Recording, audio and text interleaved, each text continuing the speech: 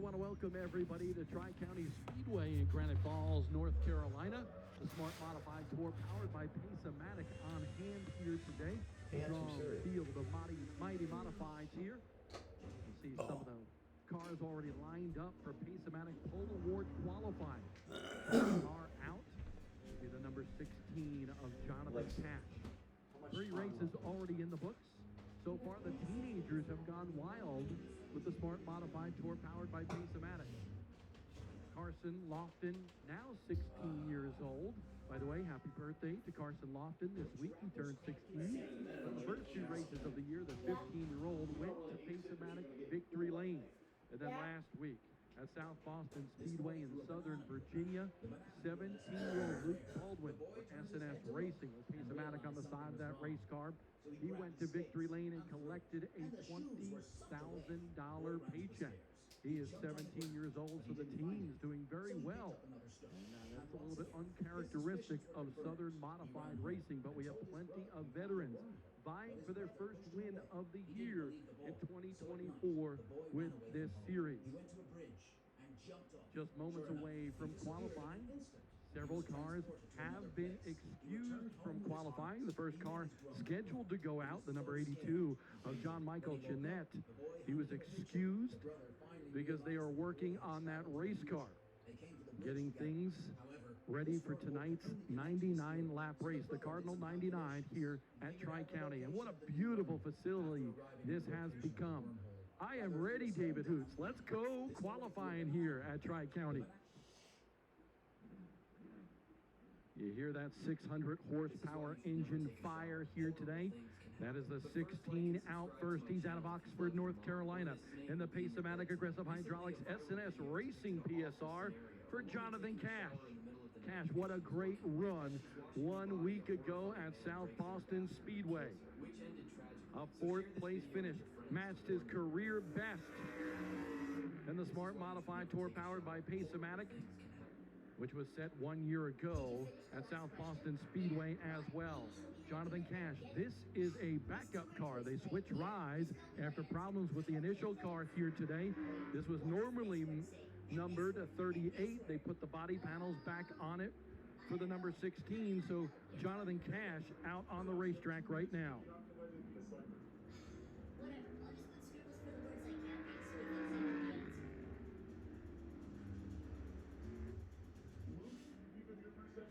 we can see what the answer. What do you need, sir? Did you finish the last question?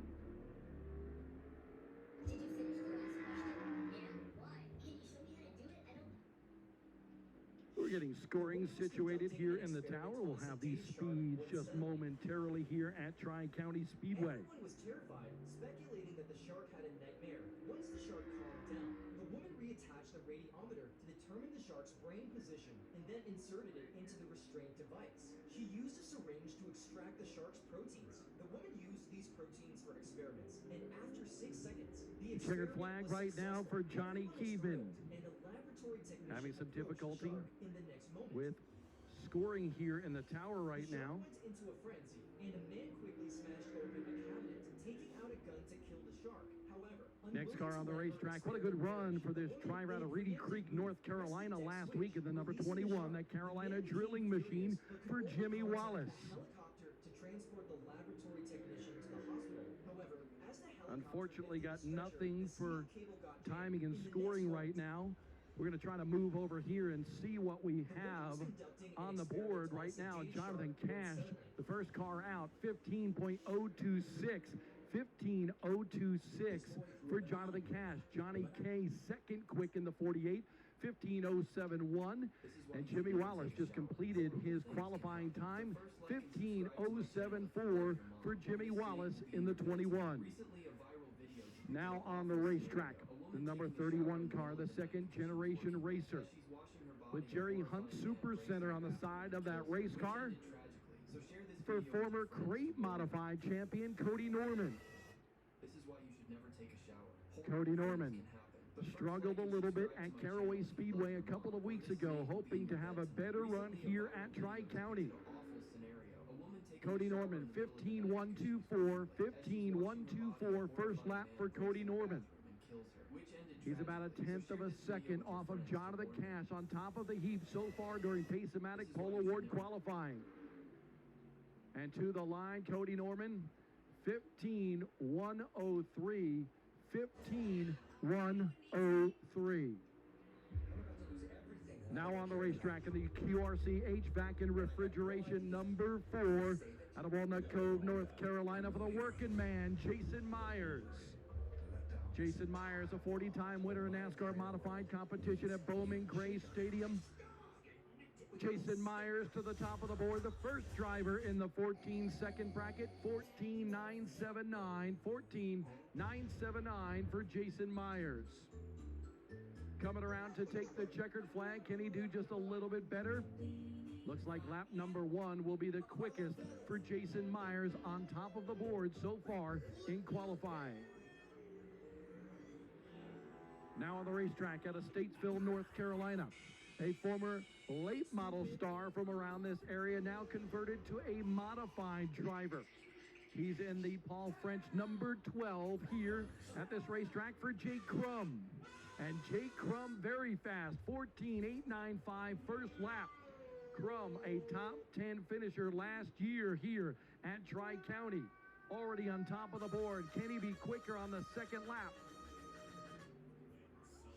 No, he does not. First lap the best for Jake Crum, 14.895. Out of Newtown, Connecticut, and the number 79 for Hillbilly Racing. Sun drop on the side of this race car. It's Anthony Bello.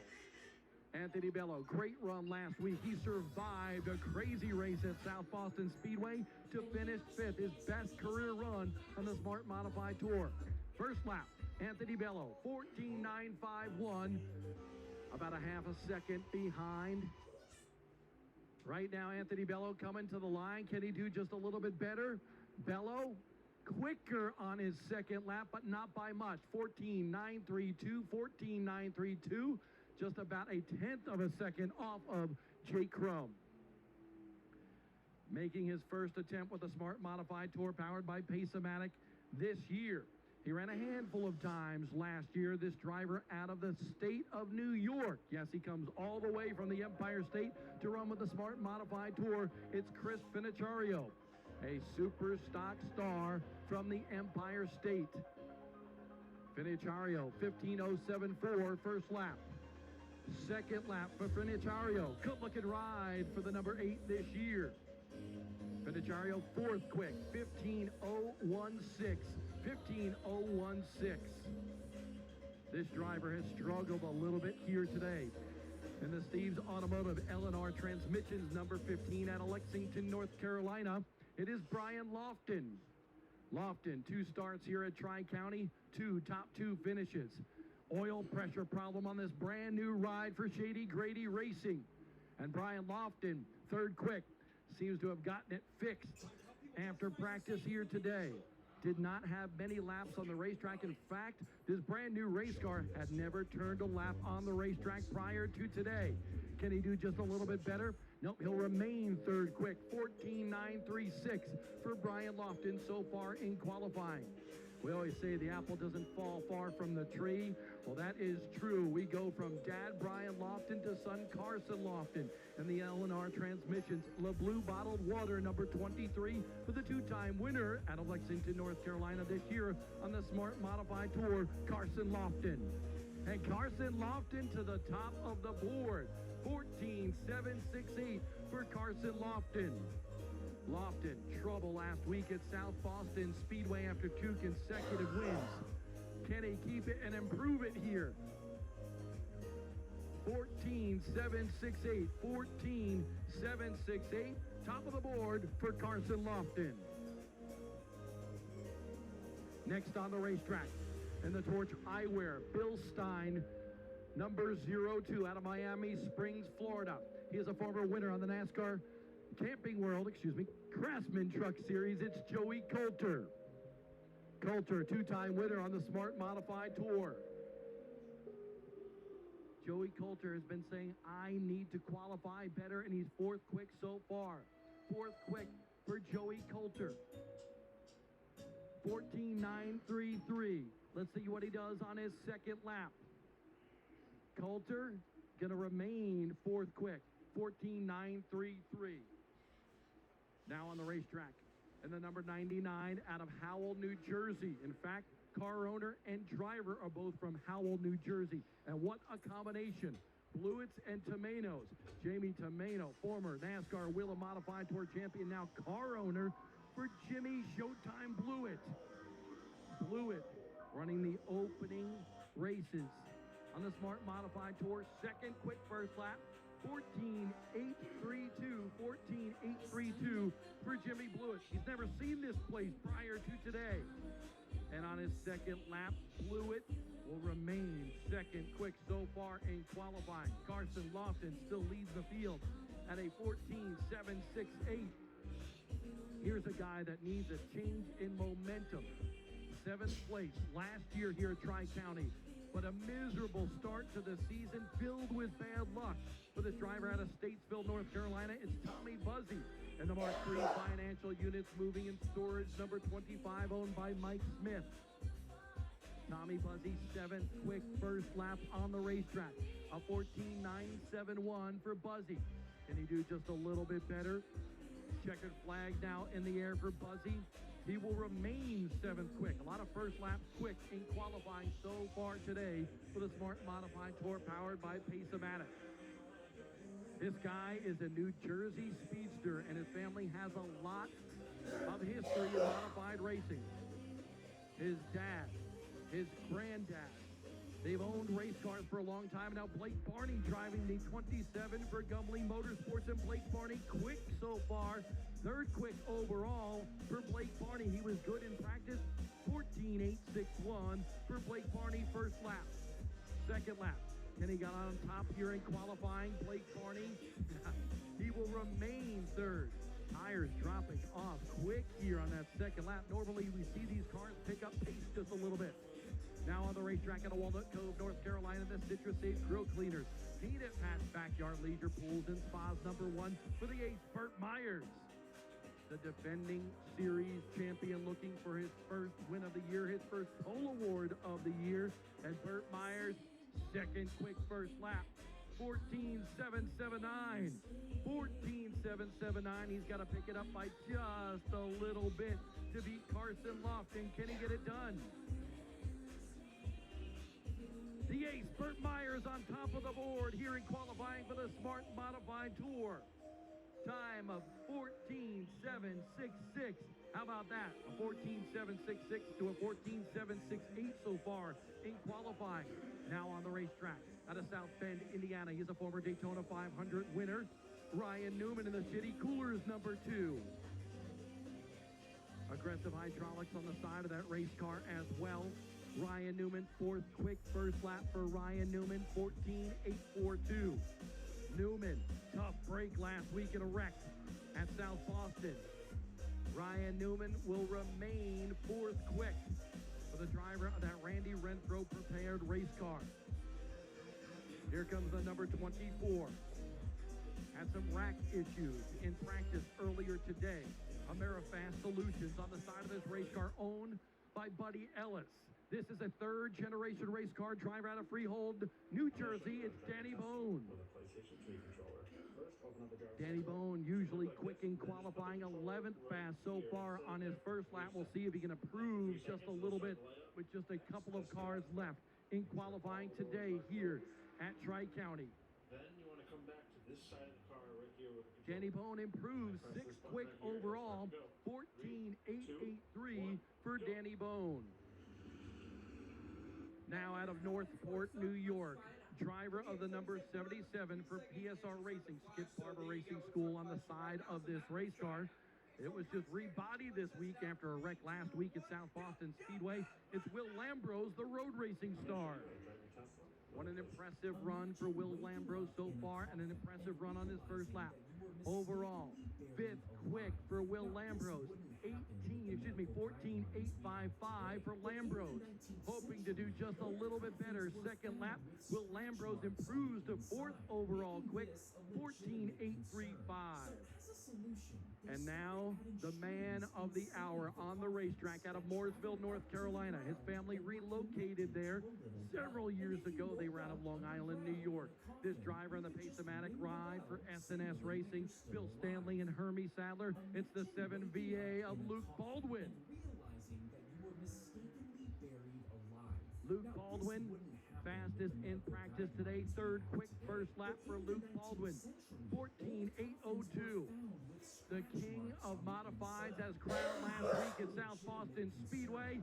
This lap will complete qualifying. Luke Baldwin remains third quick overall.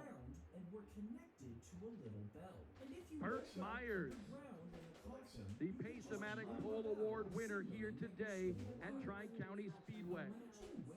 Impressive run for the driver of the Citrus Safe Grill Cleaners Peanut Patch Backyard Leisure Pool and Spas, #1 out of Walnut Cove, North Carolina. Burt Myers, first Pace-O-Matic Pole Award of the year for the defending series champion. Second quick in qualifying, the kid Carson Lofton. The teenager Luke Baldwin was third. Jimmy Blewett, he's a veteran, a 7-time Turkey Derby winner at Wall Stadium Speedway in New Jersey. Fourth quick overall, the Jamie Tomeno ride. Fifth quick, Will Lambrose, the road racing star. Ryan Newman, sixth quick in his first venture here at Tri-County. Blake Barney out of New Jersey in the 27, seventh quick. Danny Bone in the number 24, eighth quick overall. Jake Crum, who finished top 10 here last year in the 12PA, ninth quick, and rounding out the top 10 in Pace-O-Matic Pole Award qualifying, Anthony Bello in the number 79 for Hillbilly Racing and that Sundrop team.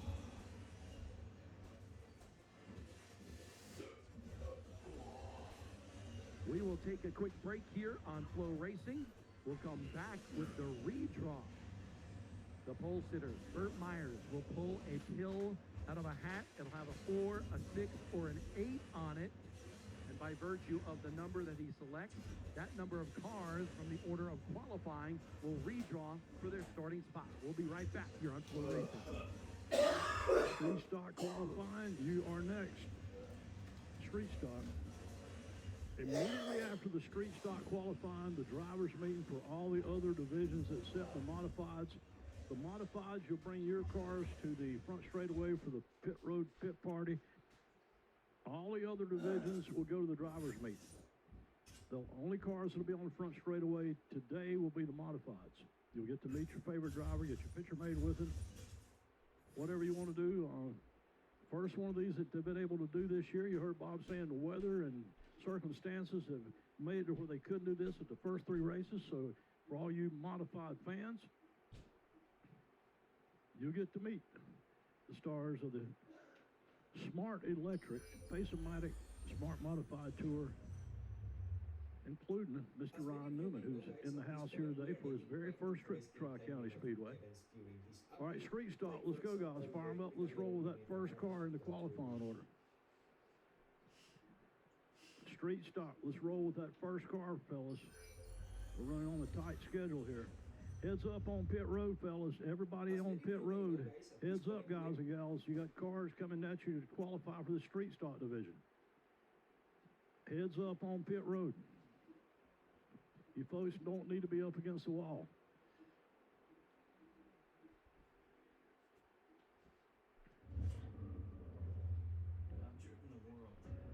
Again, as soon as this is finished, drivers meeting time for the front-wheel drive, the vintage car drivers, Renegade, and street stock. And all the modifieds will bring your cars front straightaway for the Smart Electric Pace-O-Matic Pit Party. First main event is the modifieds at 4 o'clock.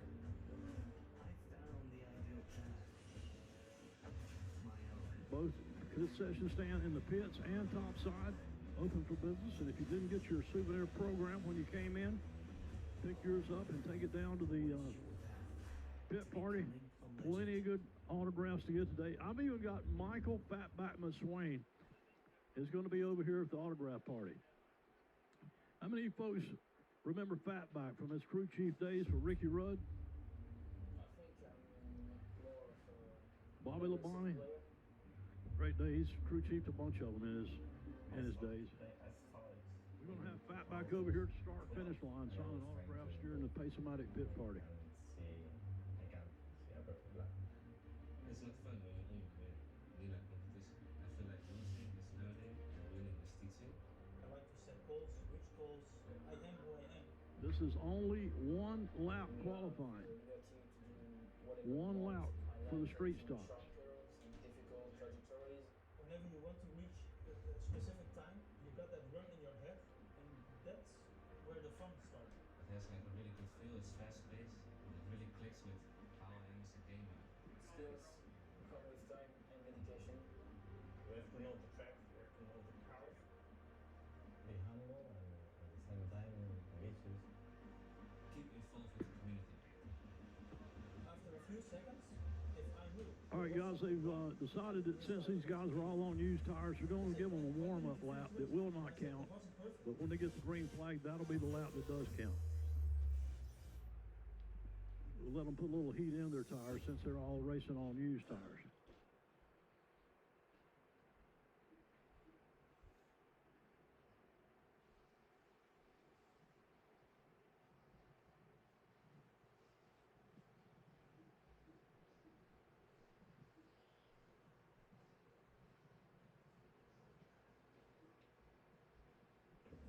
This place is perfect, but I really need a better credit score. Okay, so I'm back today with another awesome video. So I don't know if you guys remember the video that I uploaded not too long ago, where I showed you guys my brand new phone, my absolute beast of a gaming phone, the OnePlus 6. OnePlus have been kind enough to send me this beautiful looking mystery bag. Ta-da! If you guys don't know who OnePlus is, they make awesome Android smartphones based around what the user actually wants. Surprisingly unique for a phone company. Their phones are designed for a brilliant use.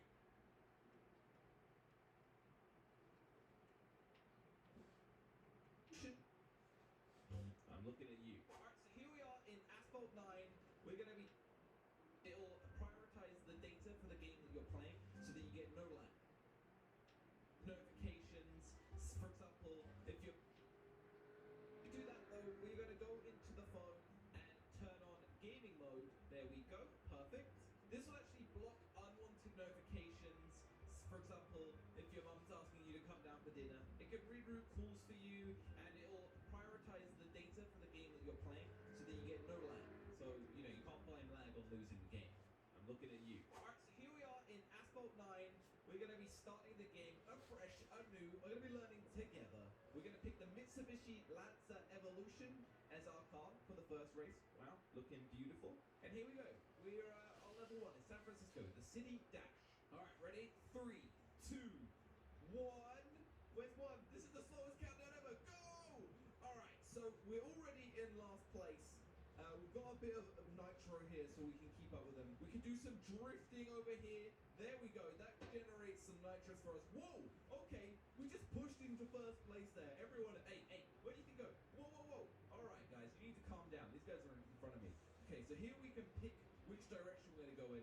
I'm going to hit this jump. There we go. Driving in some sort of construction. Whoa! Okay, I'm very sorry, everyone. We're doing a lot of damage over here. But we are way into first place. Okay, let's keep to the right so we can get that nitrous. There we go. I think we made it. There we go. Finish place. Damn. We absolutely blew.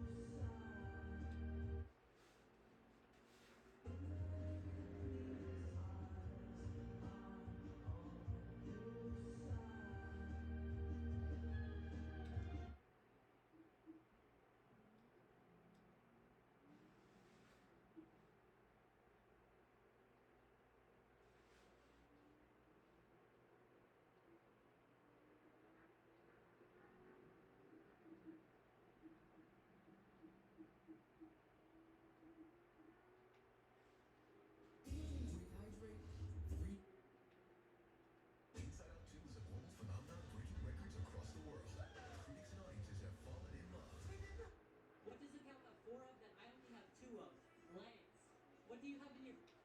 No reason why he can't... Come and...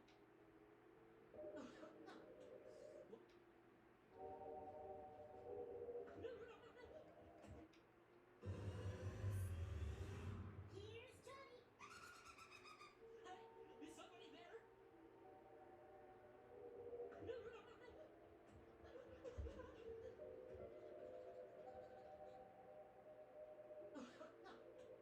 What's your problem? I'm too smart for the first grade. My sister's in grade 3 and I'm smarter than her too. Let's go see what the principal has to say. Okay. I'll give him a test, and if he fails just one question, he has to go back to class and be quiet. Okay. What's 3 times 3? 9. 6 times 6? 36. I see no reason why he can't go to the 3rd grade. He answered all my questions right. Can I ask him some questions? Of course. What does a cow have 4 of that I only have 2 of? Legs.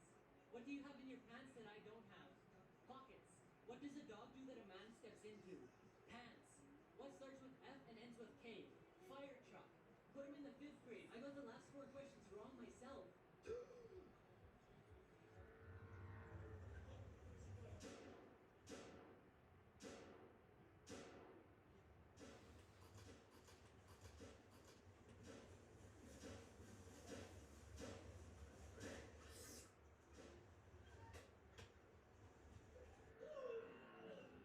It's time to get up and get ready for school. Mom, I don't think I can go to school today. Just suck it up and go get ready. You're gonna make me late for work. But I really don't feel good. I'm not buying it. I'll be waiting in the car.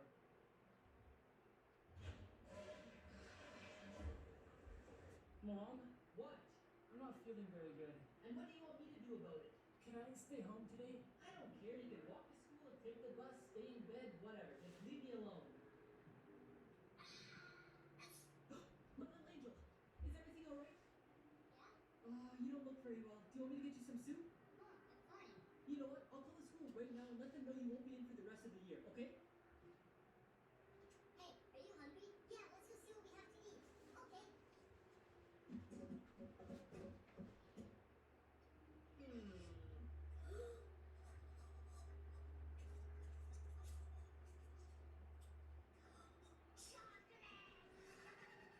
You know what to get. Oh, and also get some milk.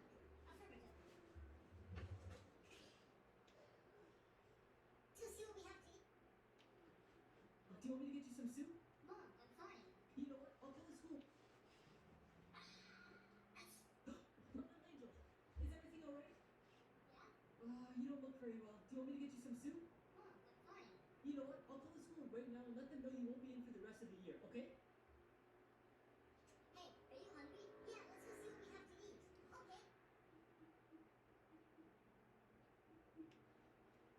Everybody wants super straight, super work. Time to help people customize and save with Liberty Mutual. Forget my wallet.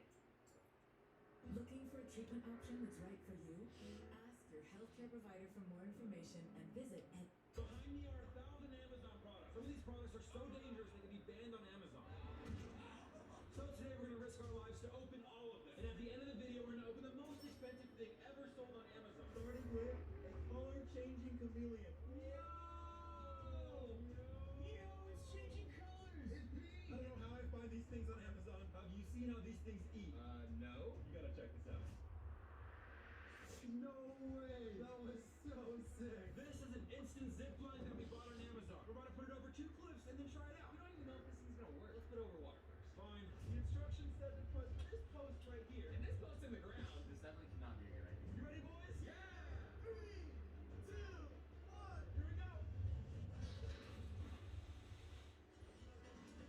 Oh my god, I can see why it's banned. This is a super-powered t-shirt launcher. Whoa. Whose t-shirt we launched Ben? Well, I just got this shirt. Take it off. In 3, 2, 1. Ben. Oh my god. You broke the glass. Oh, wait, what was that noise? You broke the glass.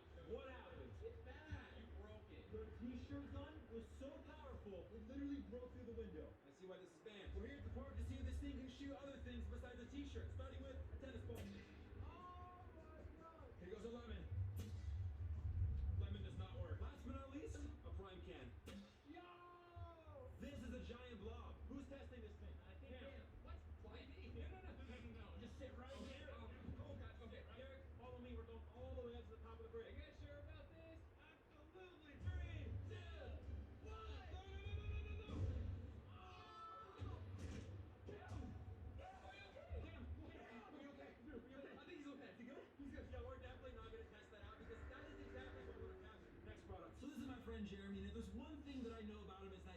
very, very fast eater. World's fastest eater. You think you can finish this bowl of spaghetti before I finish this bowl of spaghetti? Easily. Bro, you eat so slow. Here's your fork, and here's my fork. What? I'm gonna use it inside this box. Whoever finishes first gets $100. Yeah? I'm still counting. All right. Well, I present to you the automatic fork that can spin your spaghetti and get you the biggest bite on planet Earth. All right, let's go. Let's see if this works. Ow! Bro, that is so unfair. All right, I'm just gonna twist it up and gives me a massive bite every time. Bro. Looks like that is in the lead. Twist it up, twist it up. Perfect. Bro. Hey, you are going way too slow, Jeremy. He's on his final bite. Go! I'm trying my best. Ben's done. That was so unfair. I'm not giving you $100. Hey up, buddy. Here you go. Woo! $100. I present to you the world's biggest chair. This chair seats 8 people and it fits in that little of a box. I got 8 friends in my 8-seater chair. I present to you the world's biggest chair. This chair. That was so unfair. I'm not giving you $100. Hey up, buddy. Here you go. $100. I present to you this final bite. Go! I'm trying my best. Ben's done. That was so unfair. I'm not giving you $100. Hey up, buddy. Here you go. $100. I present to you on his final bite. Go! I'm trying my best. We're going to line these cars up on the front straightaway. And you guys in the guys and gals in the grandstand, you'll be able to go down and meet your favorite driver. Get you a souvenir program before you go. Some of these guys will have postcards, some of them won't. But make sure you got something to get their autograph on.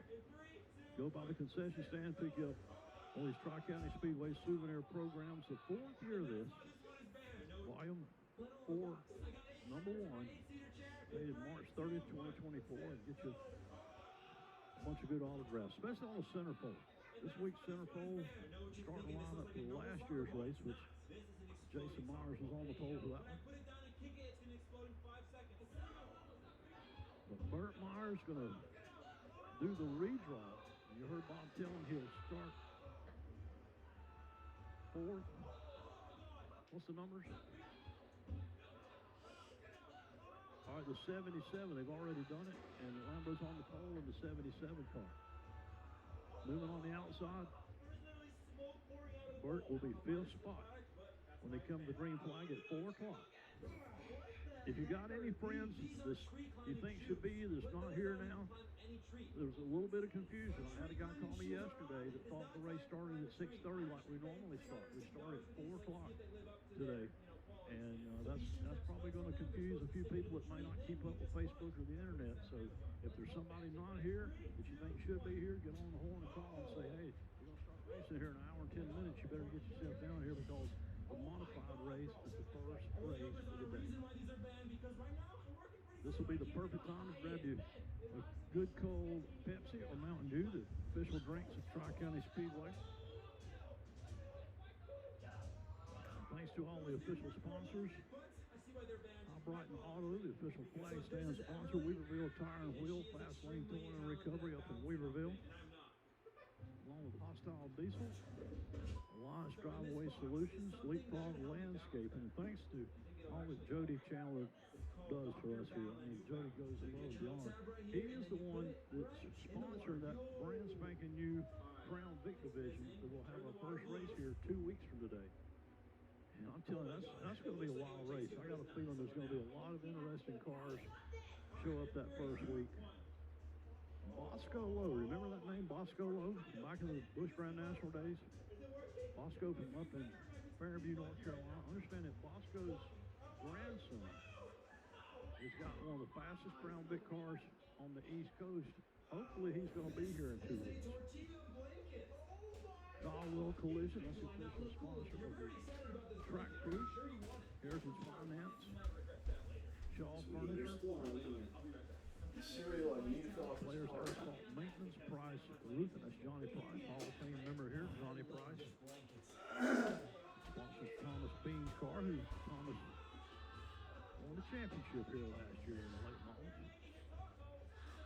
Village Motors, Messers Heating and Air, Bo Messer. He's got an outlaw car coming this year.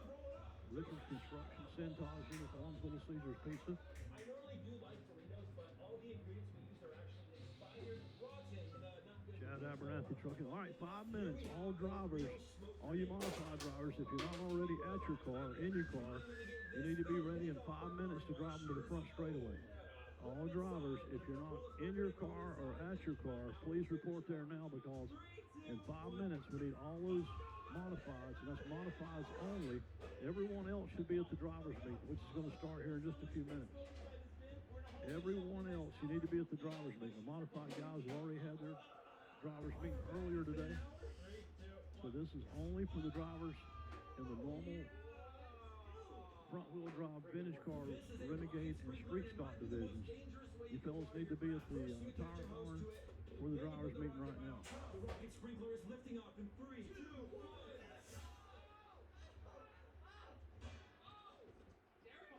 Are you okay? I think so. That's why the rocket sprinkler is banned.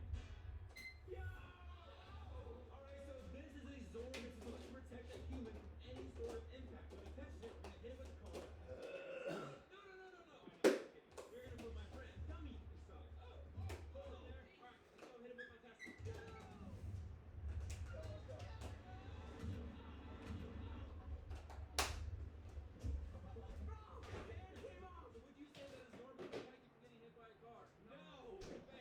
Eric Almirola, believe it or not, leading in the Joe Gibbs car at Richmond.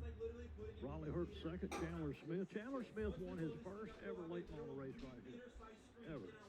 Go-kart racers up in Chatsworth, Georgia. We're trying to find out where Bubba Pollard's at. Bubba's 17th right now. 17th for Bubba Pollard. Love to see him have a good finish there today. All right, now tell me your name. I know you're here. You're one of Bob's students, right? Yeah, Spence Smith back. From where? Jamestown, North Carolina. Down North Carolina, down on the eastern part of the state. Yeah, right outside of Greensboro, High Point. Appreciate you being here today. You kind of excited about what we got going on? Oh yeah, ever since going up to Boone, App State, this is basically my new temporary home track. So I always love coming here, and it's gonna be a good show. Welcome to come anytime. You can bring Bob or leave him at home or whatever, but we're glad to have you here. Good to be here. Bob, I'm going to turn this over to you here in just a second. I want you to tell these folks exactly what they're getting ready to take place. Smart drivers, be in your cars, ready to go. We're going to fire you here in just about a minute and bring those cars around the front straightaway. If you're not in them, get in them now. Smart modifieds, get in. That's pretty cool. We got Smart Electrics sponsoring the Smart Modifieds. You thought about that? Smart. I guarantee you, whoever thought that's pretty darn smart, Bob. I'm not smart. So David and I both admit that. But we're having fun here today at Tri-County. Phil, we're going to be lining up the modifieds on the front stretch momentarily. The teams will be bringing their cars around. And we'll have the Pace-O-Matic pit party, which is always a lot of fun. Good opportunity for fans to go down and get autographs with their favorite driver. I got to tell you something. It's going to be something kind of like what's going to happen here today. After my event I had at my house last year in September, I had a bunch of people call me after the fact and said, Phil, I want to thank you for Harry Gant and Rick Foster. They said, I've been a Harry Gant fan. I pulled for Skull Bennett my entire life. I've never got to meet him until today. And if it wasn't for you having it here at your house, I never would have got to meet him. That's kind of like having Ryan Newman, who's, as popular and famous as any NASCAR driver probably to come through the ranks in many, many years. To have him here today, I guarantee there's very few people at this racetrack that's ever had a chance to get his autograph, get their picture made, or even talk to him. I love the opportunity that fans have with Resort to see how Ryan Newman, he won just about everything. Brickyard 400, Daytona 500. He has the Rex Championship last year, so Ryan Newman definitely one of the best. I love watching him in those old USAC Silver Crown cars as well, places like Winchester. But, it's nice to have Ryan here running for a championship. Joe Colton, another NASCAR driver, in the Cup Series with us, and they have just fallen in love with him. All right, I'm waiting to get the signal here. About time to fire the engine. All right, fellas, be ready. We're seconds away now, not minutes and seconds away from bringing these cars down the front straightaway. All right. Looks like we got them in just about every car has a driver in it now, from what I'm seeing up here.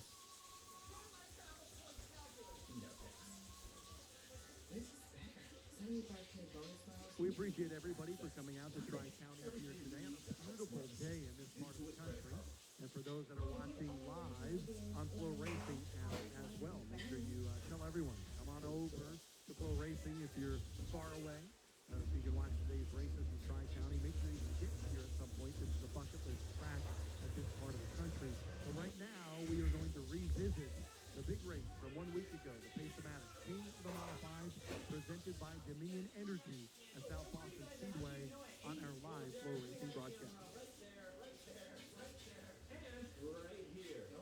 beautiful day at South Boston Speedway. And by the grace of God, it's 600 horsepower. Here's the Pace-O-Matic, king of the modified, powered by Dominion Energy.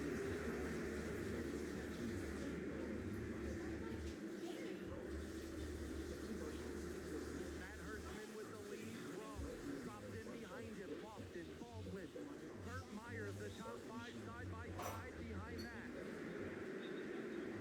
Ryan Newman on the outside of Will Lambros. Good battle there just outside the top five. Newman tries to cut down the racetrack, can't do it just yet. Lambros backs up. Here comes Woody Pitcat as well on the outside. Woody getting it done like he always does. He just took me under his wing and explained the world of modified racing for me. So I'll be, giving forever gratitude to the Barry family for all they did for me in my career. Almost three wide now. Barry in the wall. On the outside of turn number 4, he hit pretty hard there. I wonder if there's any damage. If it is, we've got a Nerf bar rub on the right rear of that number 8 car. That's not good. Smoke screen right behind that for Daniel Yates. Yates with now a PSR snout and tail end on that number 18 car. But will that tire hold on? I don't know. That's the big question. This is a fast racetrack. You do not want to blow a right rear here. This is, people watching this at home don't realize how fast these modifieds go here. And now here comes Luke Baldwin to the inside of Carson Lofton. Battle is on for third place coming out of turn 4. The teenagers going at it for that third spot. Baldwin on the inside, Lofton on the outside. The savvy veteran, the defending series champion Burt Myers just behind that. The preferred groove around this racetrack, certainly on the inside. Lofton trying to keep pace, but how long will he do it for? Side by side, these two young stars of the Smart Modified Tour putting on a show. Lofton now will try to pile in behind him. Burt sticks his nose in there, fills in that valuable real estate coming off of turn number 4. Burt Myers gets stopped. We have a spin. Doug Kobe goes around in turn number 2, put out the caution flag for the second time. The barrels get a little tested there. Very slight impact. I was watching him as that car went around. He backed up right into Matt Hirschman. Matt Hirschman, the leader, gets run into by the number 7 NY of Doug Kobe. So now you got to ask, did Kobe's rear bumper hit the left front and maybe alter the suspension on Matt Hirschman's car? The plot thickens here at South Boston Speedway. Hirschman and Crum once again. Watch Hirschman, he gets the jump there. That's exactly what happened last time. Can Crum stay with him? Right now, Hirschman, I'm sure, trying to feel out that race car. Crum on the outside, battle for the lead here. Crum keeping the momentum on the outside. They call it the snake. Jake Crum going after the lead here at South Boston. He is trying with all his gusto on the outside, the hard way around the track. Now files in behind Hirschman's number 60. 18-year-old. Oh, here comes Crum. Rival. Crum on the inside of Matt Hirschman. Widen out these cameras, battle for the lead just a little bit. Jake Crum takes advantage of lap traffic and goes into the lead in the king of the modified. Here comes Baldwin as well. Baldwin and Crum, they go by Hirschman. It's Crum, Baldwin, and Hirschman now the top 3. Just like sprint cars, Bob. You're seeing lap traffic play a role here, and a significant role, as Hirschman gets booted back to P3. Jake Crum took advantage. Hirschman now going to try to squeeze between the lap traffic right there on the outside and the inside. Whoa, Nelly right now. Anxious moments for the top 4 in the Pace-O-Matic king of the modifieds. What a show. The fans are on their feet. Yellow flag is out. The fans are on their feet because that was one heck of a battle for the top 3. Taking a look around the racetrack, we will let you know why this caution has been displayed at lap 73. Approaching the 50 lap to go mark in this race, and what it is the actual competition caution for the fuel window. Fans rise to their feet. The cars are back green. The king of the modifieds is underway again. Remember what Brandon Ward wanted to do. He wanted to get out front to try to hold them up, try to equalize the disparity between older tires and newer tires. Matt Hirschman able to sneak into second. Great move for him. Now he's going for the top spot here in the king of the modifieds. Hirschman out of Northampton, Pennsylvania, on the inside of Winston-Salem's own Brandon Ward. They drag race down the backstretch. In turn 3 and 4, Matt Hirschman back to the top here at Sobo. He made that move, and he made it quick. Pounced on the opportunity, did Hirschman, the mud lane driver from Northampton, Pennsylvania, back at the point in this one. Think about it.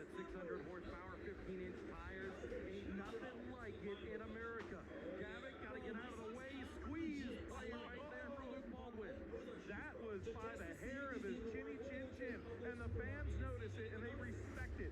Lap traffic playing a big part in this race.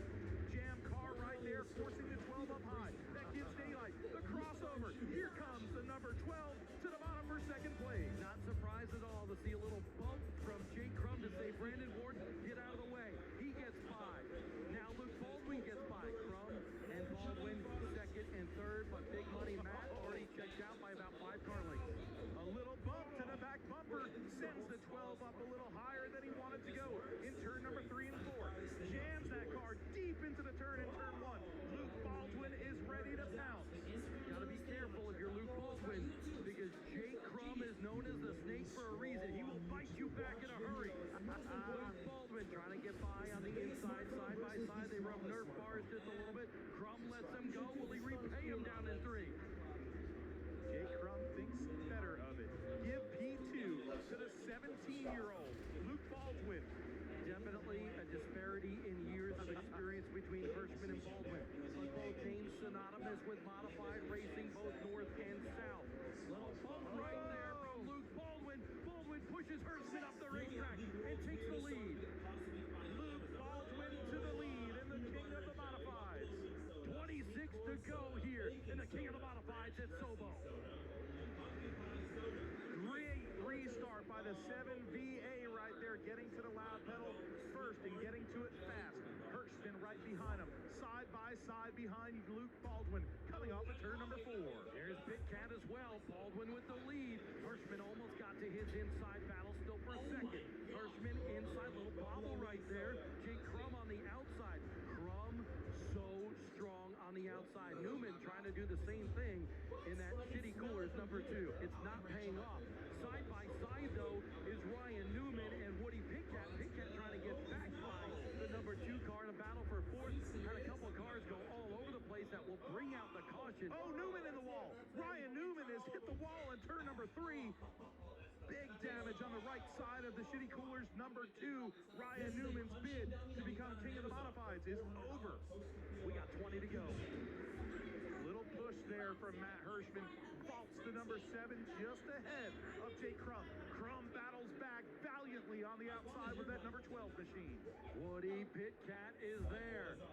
4-wheel slide on that car a little bit coming off the corner. The top 4 side by side here at South Boston. Open wheel to open wheel. Nerf bar to Nerf bar. 1, 2, 3, 4. Throw a blanket off of turn number 4. Baldwin back up top. Hirschman trying to get below. Jake Crum almost contact off of turn number. Oh, big contact. Here goes everybody piling in. Oh my! We got a wreck one. The big one at South Boston, Bob. Green flag flies. Who's going to get 20 grand?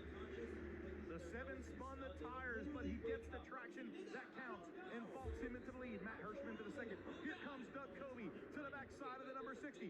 Give him the 3rd spot as he sails that car off turn number 4 on the outside. Covey says forget about the money. He wants the cloak. He wants the crown. He wants to be the king of the modifieds. Can he get it done? That car pushes way high off of turn number 2, but if anybody can get it done, Covey can wrestle that car around this racetrack. Right now, Luke Baldwin, 17 years old. Matt Hirschman in his tire tracks, stalking the back bumper of that 7VA. White flag is out. One more time around for a 17-year-old with such great legacy. Luke Baldwin, here he comes, Bob. In only his 3rd career tour-type modified start, Luke Baldwin is the king of the modifieds. And it comes here at South Boston Speedway. 17 years old, 3rd generation modified racer, and he gets it done. Perfect. We're gonna double-sided tape it to the back of this clock, and you'll never know it's there. We're all good to go. Look here at this beautiful field of modified assembled in front of you today. This tour is on fire. The region, heck, we had a race at Richmond last night, the modifieds, and Ryan Newman and Carson Lofton ran in it. They're pulling the old school double, towing overnight and racing here for you today. This is absolutely cool, buddy. No doubt it is. Kind of cool to hear you and your brother on there last week, too. I know he was telling me he's done a few small things with you, but to do the whole race with him, that had to be mighty special for sure. It was a bucket list thing for me because I grew up, you know, y'all might know my brother from the old Speed Channel days and stuff, and he taught me everything I know in television, and just to to be in the booth with him, for me as a younger brother, is truly special, and I don't take it for granted. And just being on flow in general is pretty darn cool. But last week, that and Derek Petersiglio, 3 of us grew up together and are pure modified guys. So for me, that's very special. And it's actually special standing here talking to you two, because you're one of my good friends. And folks, if you haven't been down to the Combs Family Museum in Shelby, it's one of the coolest places you're ever going to go. This guy right here, you're very blessed to have an announcer that really cares about the history of our sport. So give your announcer here, Phil Combs, a round of applause. I appreciate you. I appreciate the kind words, and I appreciate all you've done for me down there too. I got a lot of cool pieces in there on account of you, and trust me, your name is brought up on every tour that I give there. That Matt Dillner gave me this, Matt Dillner gave me that, so you've been a big part of that. But you know, I'm going to mention one more thing before I turn this over to your brother. A lot of folks are still racing with a heavy heart on account of Zach Brewer. He would have probably been here today, no doubt. And you know, he was such a cool guy. He actually raced go-karts at a track that I started announcing go-kart races at years ago. They had a Dash Series go-kart race, and he won it. That frog. That bullfrog. It is it's a blessing that they did all they did for him. I know Corey Latham and him was good friends, and I'm sure there's a lot of folks that haven't got over that, but it is a blessing that he was able to share a big part of his life with this modified series, that's for sure. And, you know, his family, we got to honor them at Caraway, and that was beautiful. And we're honoring him and his family every week here. The stickers on the cars. We got a heavy heart for Harry Freeman this week. You know, behind-the-scenes guy that y'all maybe don't know as much, but somebody that really meant something to a lot of us and is part of our family. Racing is a family. I don't care if you're in the stands, sitting in lawn chairs up there, or you're down here on the inside. Racing's a family. So, speaking of families, we're about to have... All right, let's open the gate. You guys open the gate. And make sure your kids, when they come down, you get a Pace-O-Matic program and get all your autographs, kids, for all these smart stars that are here to sign autographs for you. Enjoy the pit party. I always enjoy it. It's my favorite part of a smart event. Listen, I'm going to turn this over to your brother. It's always good to see you. Hope to see you again before I leave here today, but I appreciate your friendship more than you'll ever know. I always love you, brother. You're a great friend to me and a great friend to racing. All right, Bob Dillner. This next item, we have big outlet stickers. Bob's over here signing his autograph on this Hoosier flag, autograph one more with Chris Williams. If it wasn't for this guy, none of us would be here today. Chris Williams, how about giving this guy a big round of applause? You folks like modified racing. This is Mr. Smart Modified himself. But thank you again so much for coming to Tri-County today, and we appreciate all you do, not just for the series, but for us and for racing in general, for putting this whole thing together. Well, first of all, Lord Jesus Christ is the reason we're all here for this weekend. So I do appreciate all y'all's support for the Smart Modified. Look, we're just trying to provide a platform for what we already love, and it's 600 plus horsepower race cars and the daredevils that get in them each week. And coming to a facility like Tri-County that our drivers love to come and race, ride side by side, full throttle. There's no better place to be on this Saturday than right here. Thank you so much. Thank y'all. Bob Dillner, I'll turn it over to you and take it away, because I know you know these guys a whole lot better than I do. Oh. I'm going to go down here and speak to some of them that I do know, but I know there's a lot of folks very anxious to meet these guys. I'm going to come up here with me this one second. Okay, I'm going to come with you. Come here. I love working with Phil. You never know what you're going to get. All right. This guy right here, he said, I hadn't seen him in a while, but Pat Backman Swain, good to have you and Ronnie Sewell both here today. Ronnie raced here when this place was dirt. How long he's been coming here, but raced here back in your late model days, and this place is probably pretty special to you to come back here again also. Yeah, I mean, what short track isn't special? Especially these close to home. Love to see these modifieds. We didn't get to enjoy that when we were growing up. My first experience was when I went to New Hampshire to race cup cars. First time I ever got to see modifieds. And man, they put on a show. The weight ratio to horsepower is just nothing like it. Bob, anything you want to say to your buddy Pat Back? I haven't seen him forever, you know. I mean, we go way back to the old Kelly Yarbrough days and so forth. So how you doing? I'm doing great, man. I mean, here, doing these race cars, life is good. I'm up in the mountains now, teaching in App State, having a good time. Do you miss the NASCAR garage area much or no? miss the guys. I grew up with most of these guys. I just went by and saw them last ball. Before I open this next box, Talked to they do Tommy on the phone. Yeah, Where is he going? he did that I in just, we all grew up together. Being gone all over the country in a bag, living in a bag. I don't miss that. Exactly. Well, awesome to see you. Put your hands together right now. Definitely a star from around this area.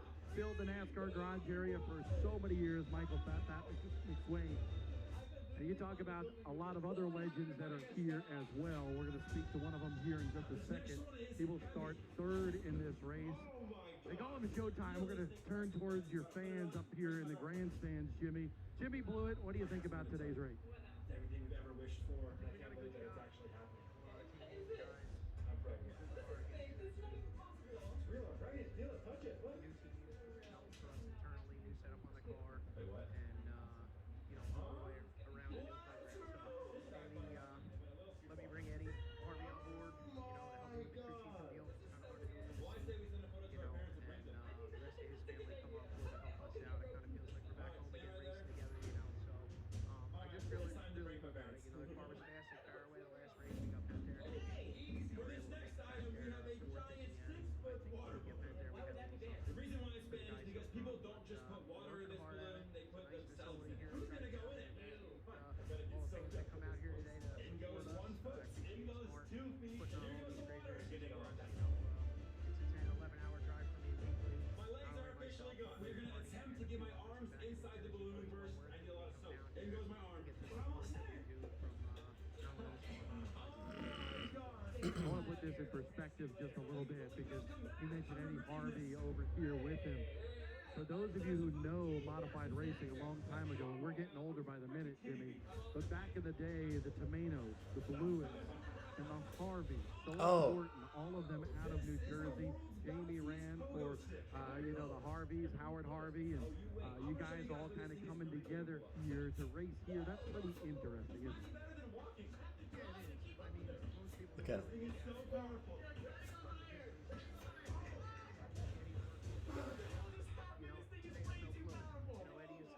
This photo stick should not be sold on Amazon. Next year, we're gonna be the ultimate duo. On Amazon, you can actually buy butt implant shorts. The second item goes perfectly with it because it's rip away my pants. The goal is to rip the pants off and show my girlfriend my new butt. Please tell me you're not wearing that right now. This is for educational purposes. If you go like this, it looks like you're a girl with a pretty big dump truck. That's what we're looking for. That's the longest I've ever stared. Okay, let's do a video. Yeah, that's the longest I've ever stared. Alright, let's go get Hannah's reaction. Hannah, I have something to show you. 3, 2, 1. Definitely not. And it could be here today for sure for Jimmy Showtime Blewett and the Jamie Tomeno number 99.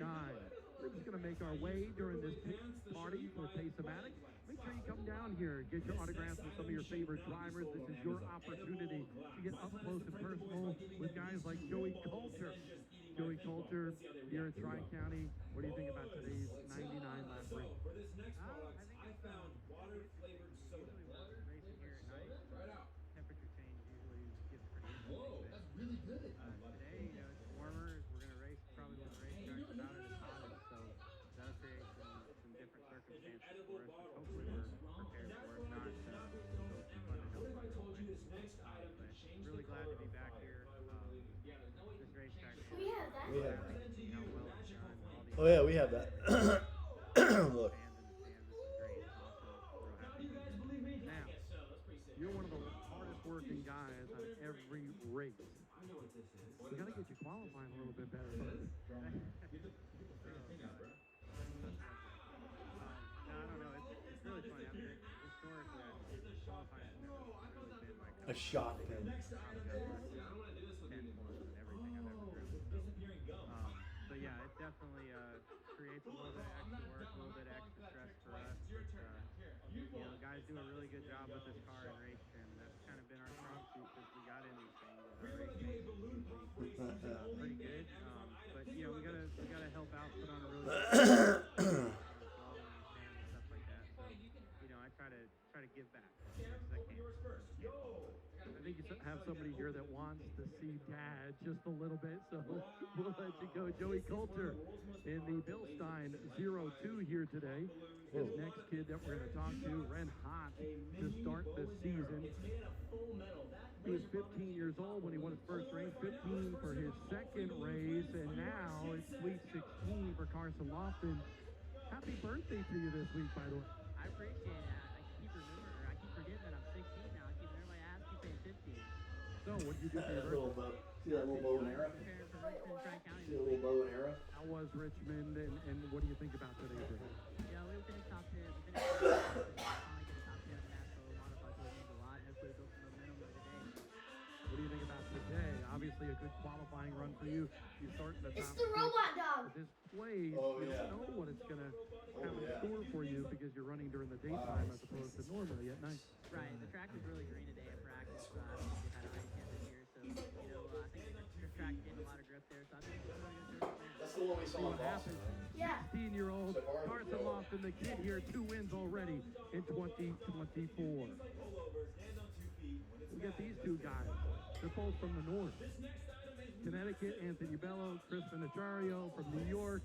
Chris, I like the new paint scheme, man. First race with the Smart Tour this year. Yeah, well, we changed it up a little bit. Went back to try something different. Black, but you still have that bright color on it, so that helps. What do you think about Tri-County? I really like it. Never been here. Cool place, got a lot of grip. Whereas they're different on each end. Fun little track.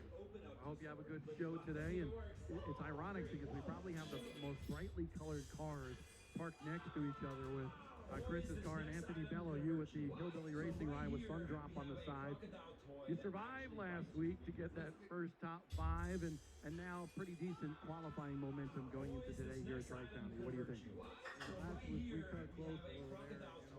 Really fortunate to pick up a top 5, and that's just keeping momentum that we're team here. Just really happy to be in the seat, and greatly have given the opportunity to race the car, and we're supporting our friend here that passed us, Zach Brewer, 2 weeks ago, and never thought, and we raced with him in Bend, so this whole thing a little different on there. Run the Smart Tour, we never ran it full time. We ended up putting a full season with these guys, so it's just a good opportunity for me to get down here and run the stuff and show what I got down here.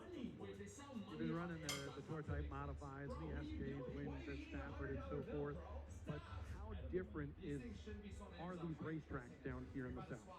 It's definitely more worn out. Don't do it. Stop, bro. I'm leaving. This is disgusting.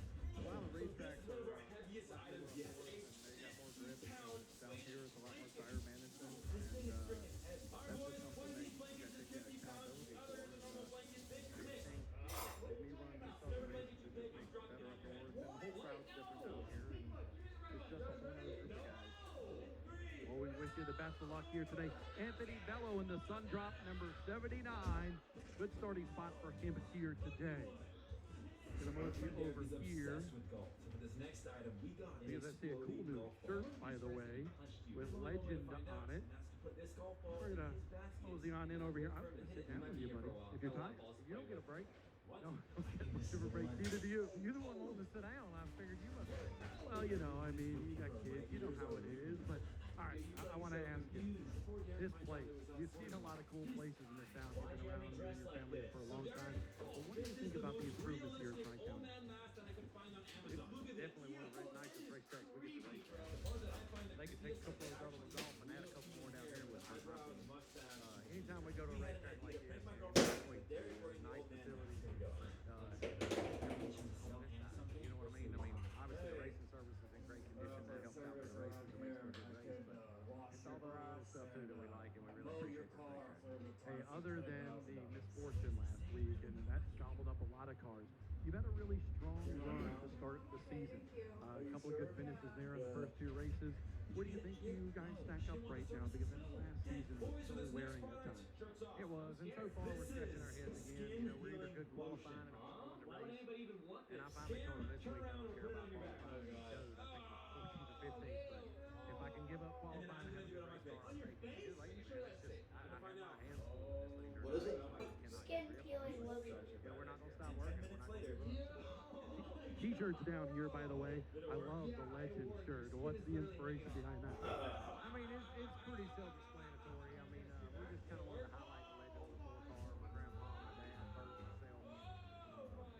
I feel like the number 4 is definitely legend. Absolutely. Jason Myers, the working man here.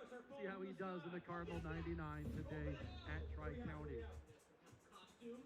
So I guess we have a inflatable dinosaur. We're going to try to get as many interviews in as possible. Make sure you head on down here. And if you're up in the grandstands, I'm telling you what, Tri-County has the best hamburgers of all racetracks in the South. So you need to get to up there as well. Here's Jake Crum. Jake, always a good qualifier. You love this racetrack. Tough break last week, but rebound. How about the hard work by your team this week to be here today at this racetrack? Yeah, everybody put their heart and souls into it this past week. Didn't even unload the car until Tuesday, and then we just got all hands on deck, man, and just put our phones in the window with no service and started going at it and crashing. Just huge thank you to Paul French, both his sons, his wife, everybody. They put their heart and soul into this race car. Super nice. Had a really fast car last week. Feel like we had a car that could have contended for the win, but we weren't given the option. So back, try it again. What do you think of this place? You've had some success here in the past. I really like it. We're not really where I want to be right now, but it'll be a long enough race. I think we'll tune on it and get what we need to. Try not to get used up this time. See if we can use somebody else. Keep an eye on the number 12 of Jake Crum. Can eat your cereal.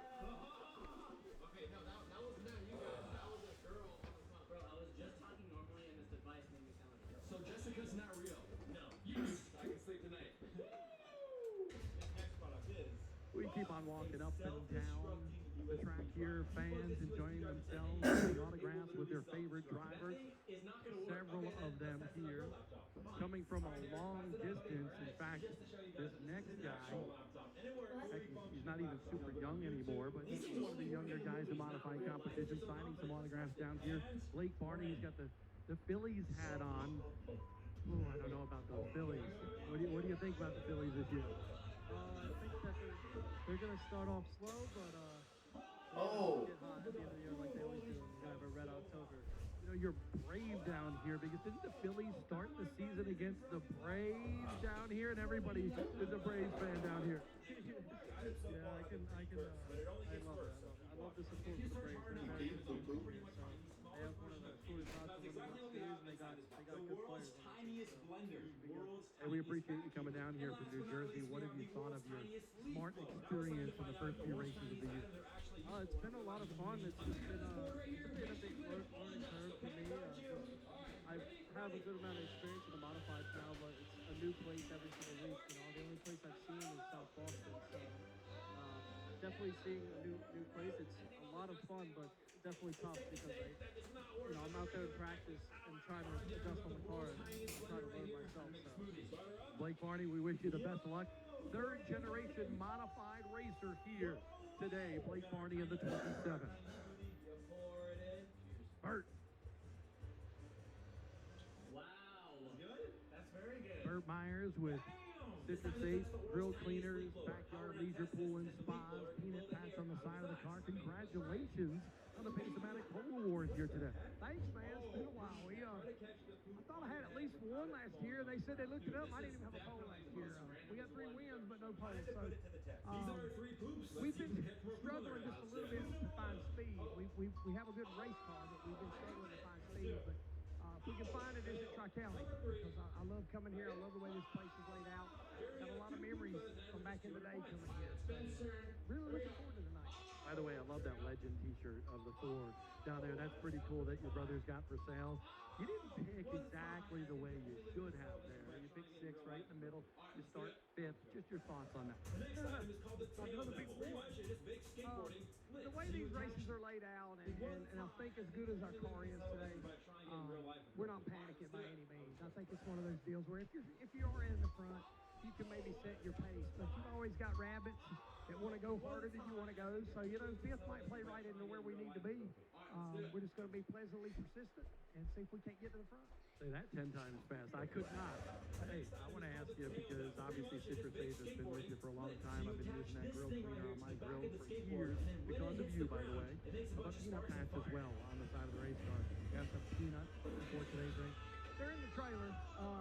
It's funny because Phil at PSR was asking me for some peanuts, and I took them down there last week, and some of the guys were giving me dirty looks because I was bringing peanuts in the trunk, and then don't notice the 7 car didn't win the race, so I told them today, I said, no more peanuts until after today. So, no, we've got some in the trunk. We're passing some out here and there and enjoying some old bull peanuts.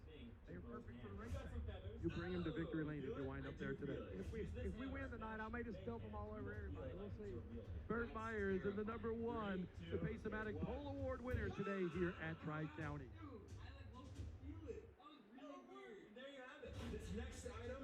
We will also be able to talk to a lot of these drivers via the Racing Electronics Racing Communications during today's race here, the Cardinal 99, and on our Flow Racing broadcast. Danny Bone with us. And Danny, first 2 races pretty good.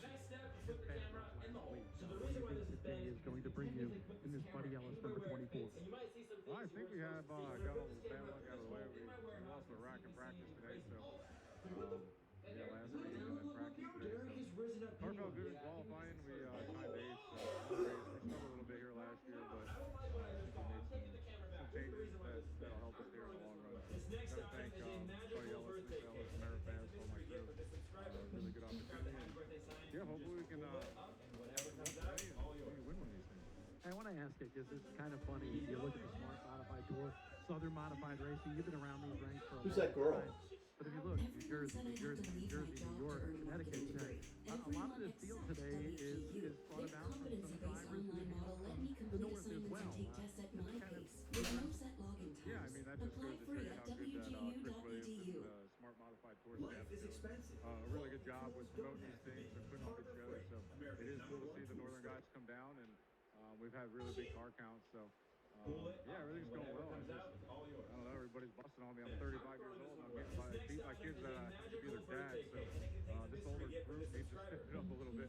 You were there once, though. You remember those days. I always felt like I was one of the younger drivers, but I told Carson 2 weeks ago at Cardinal, I said, I could be your dad, and he's won the first 2. So these young kids really, they're busting on us. So we gotta step it up a little bit. Danny Bone and his team will step it up, maybe to come here today if he can get to Pace-O-Matic victory lane. You get to use whatever you want around the house. For holds the breath the longest. Will Ambrose down here, one of these young kids as well, not quite a teenager anymore, but this dude had never seen a tour-type modified, or I should say never driven one until the opening race of the year.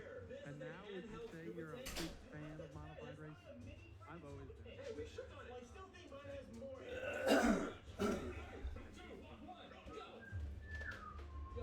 How do you get this thing on Amazon? It seems like it should be illegal. You need a certification.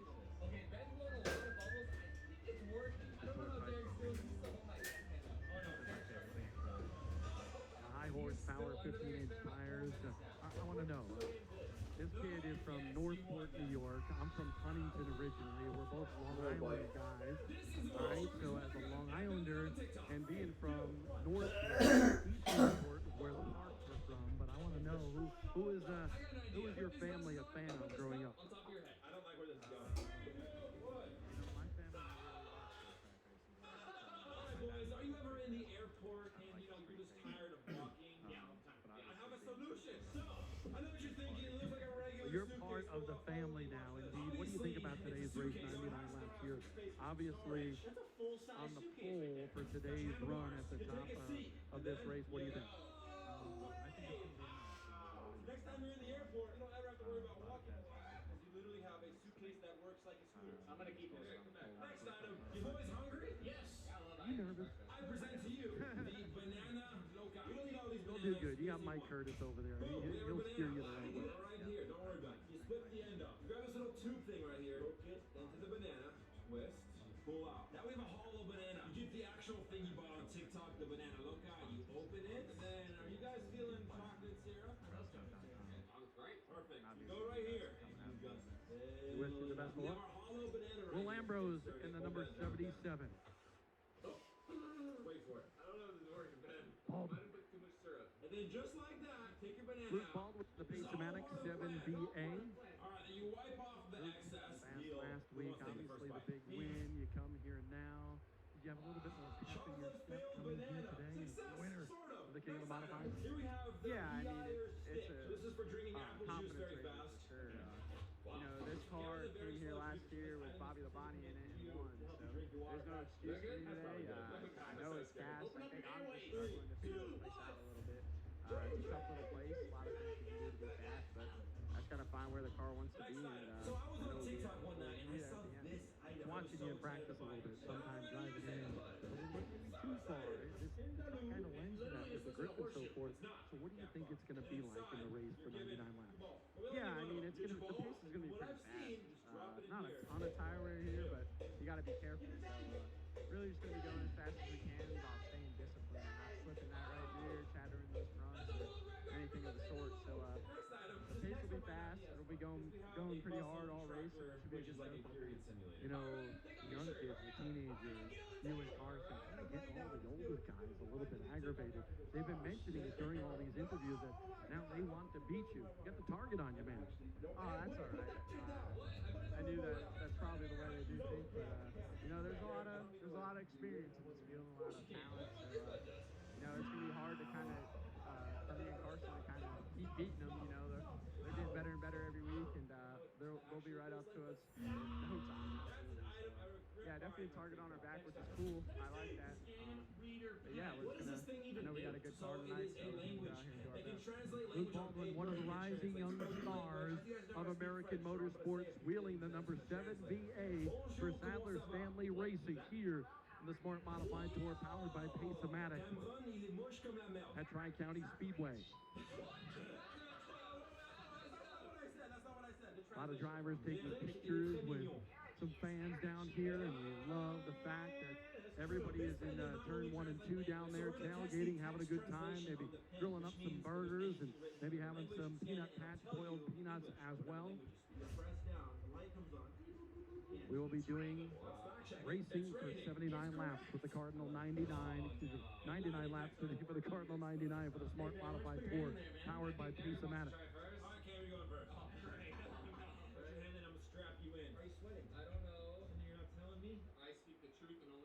I know we're all friends and stuff, but am I your best friend? Yeah, man, of course you're my best friend. Better than Derek? I literally live with you. I mean... Answer truthfully. Answer, and this will tell you if you're lying or not. Okay, yes, Ben, you're my best friend. Let's see if he's lying. If you're lying, it's gonna shock you. Let's hear it. What the hell? No.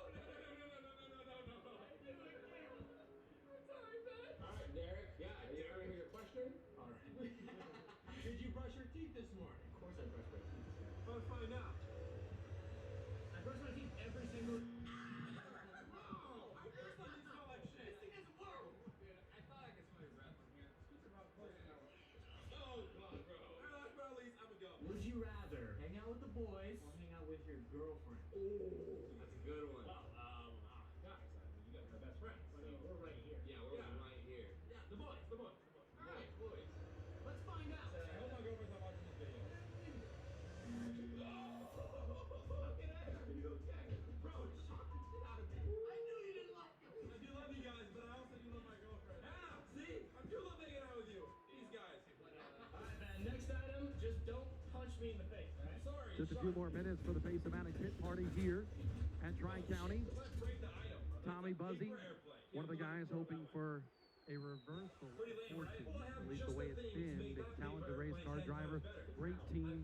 Is today the day you kind of turn that bad luck bug around? Oh, it is. It's going to be a good day, especially here at Tri-County. What are we doing? Let's try this thing. Put the front on right there. Tape it on like so. Now your paper airplane doesn't only have a remote control, it also has two little engines. Show how much power this thing gives you. Practice is really good. We were in a six-string practice. It was really good race pace. Had a little engineering qualifying, but it's going to race really well, so it'll be good. What do you love about the Smart Modified Tour and what you've seen here over the last couple of years, especially building to what we see today at Tri-County? Oh man, this series every year just keeps growing and growing and getting more and more competitive. We're in the black room now where we've got more space and hopefully it'll be passionate. Everybody's supporting this series, full range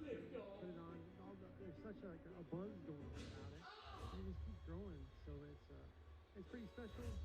Obviously, you were modified racing that part was awesome. The team's old wheel cars carrying the What's this finish. next item, Ben? Jello That's wrestling. always Don't fun. worry, because I already said All right, and how about that sun? They're going to beat you in the amount of wins this year or what? We're not just gonna wrestle. We're gonna play tug of war over So I think him, he's gonna Jello. do it again. He's already like, Jello yeah, I can't wrestling. wait to race Don't worry, modified. because I'm I like, already set it up. oh. Follow me. I'll show you my How old Jello is he? wrestling He's arena. 11. We're not just gonna wrestle. We are gonna play tug of war over In a couple more years Jello. or so, he'll be probably running the 602. And at that time, my time will be done. I'll just focus on him. So looking forward to that chapter for sure. Hoping for a good run today for Tommy Buzzy. And this unit's moving in Storage Mark 3 Financial number 25.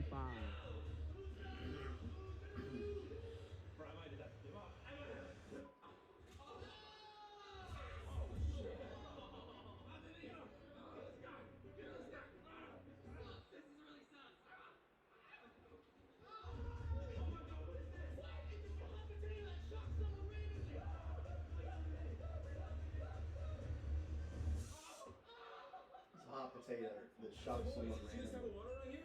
Looks pretty boring, right? Looks pretty boring. Next item. So this item will make this tub of water not boring anymore. I present to you the instant jacuzzi spa. With this match and this device, I'm about to make an instant jacuzzi. Okay, you just sink this. This thing is so amazing. It comes with a remote to control the settings. Turn it on. Wow! Boring tub of water is now a cool working jacuzzi. Wow! I can't tell if Derek's farting or if it's just a hot tub machine. Nobody can tell when I'm farting now. You know, it's not exactly a real jacuzzi, but it feels like it. If you close your eyes, you could be in a jacuzzi. Somebody give me a drink! The guy wants a drink. I got you a drink. You're welcome. All right, next item. Before we get into the next item, open this pickle jar for me. All right, bet. Come on! Come on! Are you being serious? Yes, it won't open, bro. Try, Derek. Super glue this. No, I promise I didn't super glue it. This next item will help you. It's a robot that literally opens any jar, no matter how tight. Yeah, there's no way this robot's stronger than me. Watch me. Literally, all you need is a battery. All right. Well, the jar's too big. We're gonna open up a jar of cherries. Drop the robot right on top. After clicking one button, your jar will be open. I'm using no force. It's going! Wow! Wow! Cracked it open! I think it's open!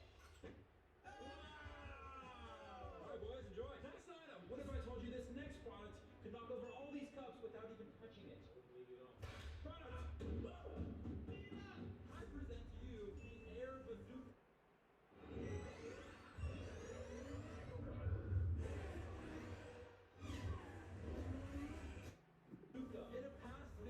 All right, folks, the Pace-O-Matic Pit Party wrapping up now. We're going to need everyone to work their way back up to the grandstands so these teams can prepare for 99 Cooley laps today here at Tri-County. No one touched it. It was all the air vortex. No, wait, I think I can roll that over. Watch this. Take your hat off. See? That's honestly a lot better quality than mine. For this next product, I'm gonna need you to lay down right here. We're gonna be doing some operating. Whoa, wait. No. Just lay down. The reason I'm having you lay on this table is that this next product is a good one. It removes all of your earwax with this tube and a lighter. Don't light me on fire. I've never actually tried this, so I hope it doesn't light you on fire. Turn over. Oh, yo, you have a lot of earwax, bro. Yeah, bro. Honestly, it doesn't matter because after this, you'll have squeaky clean ears. I'm gonna put this bad boy in your ear. No. Like this video for Derek's ears. We're gonna let this little flame burn, and at the end of it, you should have no more earwax. What the hell is supposed to happen? You don't believe it? No, it's actually starting to warm my ear up a little bit. Is my ear on fire? No. There's no fire. Yeah, no. It's far away. I think we're done. I really hope this works. Did it work? Oh, it's time to reveal if any earwax came out. I'm terrified, bro. I'm gonna unravel it. We're gonna reveal what we got. Yo.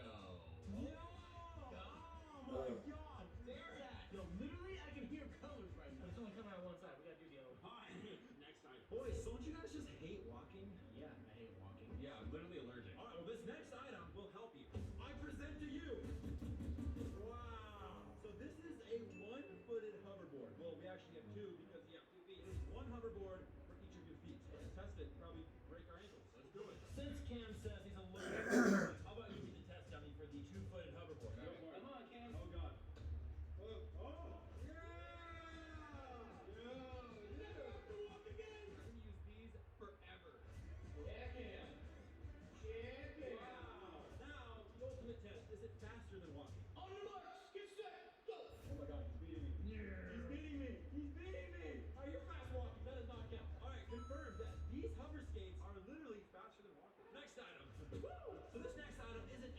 drink. You like slushies? I love slushies. Alright, bro. Really? So one of the items we've been using today are like instant versions of products. This is an instant slushie. Do you like slushies? I'm keeping this for myself if you don't like slushies. I'm kidding. Too late. So we got the actual slushie maker. There's nothing inside right now, as you can tell. Boring. Drink me. We're gonna make a Coke slushie and a Hawaiian punch slushie. Just pour it in there. Don't put too much because it might overflow. So as you can tell right now, this is not slushy. This is literally just Coke. You gotta turn this off and go liquid, and then you just start squeezing it. fill out Kai's card. Take your time. Think about what you want to say.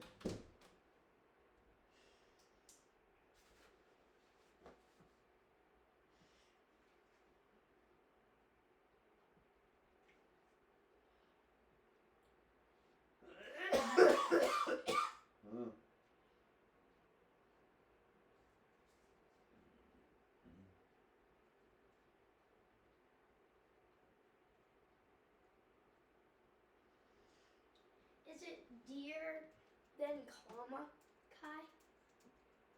No, it's Dear Kai, then comma. Okay. Do you know how to spell Kai? K-A-I. Okay.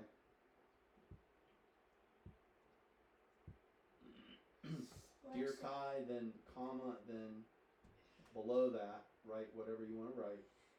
Alexa, what's today's date? Good afternoon, Camden. 6. It's Saturday, July 6th. So 7-6-24. 7-6-24.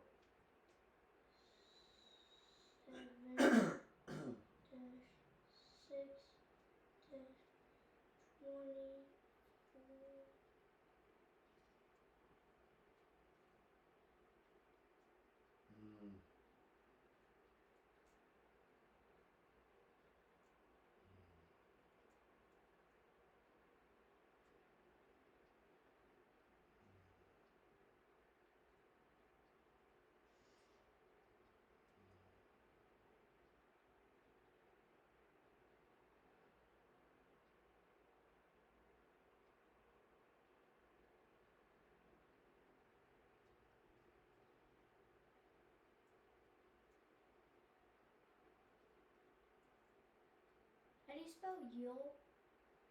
How do you spell what? You'll. Like, I think you'll. Oh, I think, don't do you'll do, I think you will. I think you will. Because that's same thing as you'll, just a little bit more clear. You will.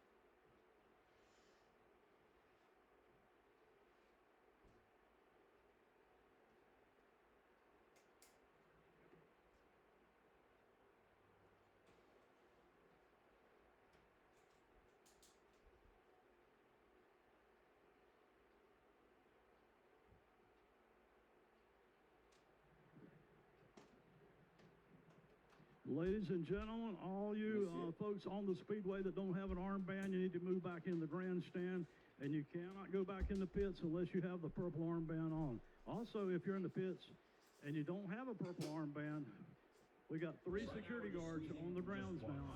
Don't be one of these folks that gets sent outside the speedway because you don't have an armband. Go get you one right now. All drivers to your cars, please. All drivers to your cars immediately, please. This next item isn't any normal drink. We watched like some Star Wars, Alright, bro. some Star Wars, thing.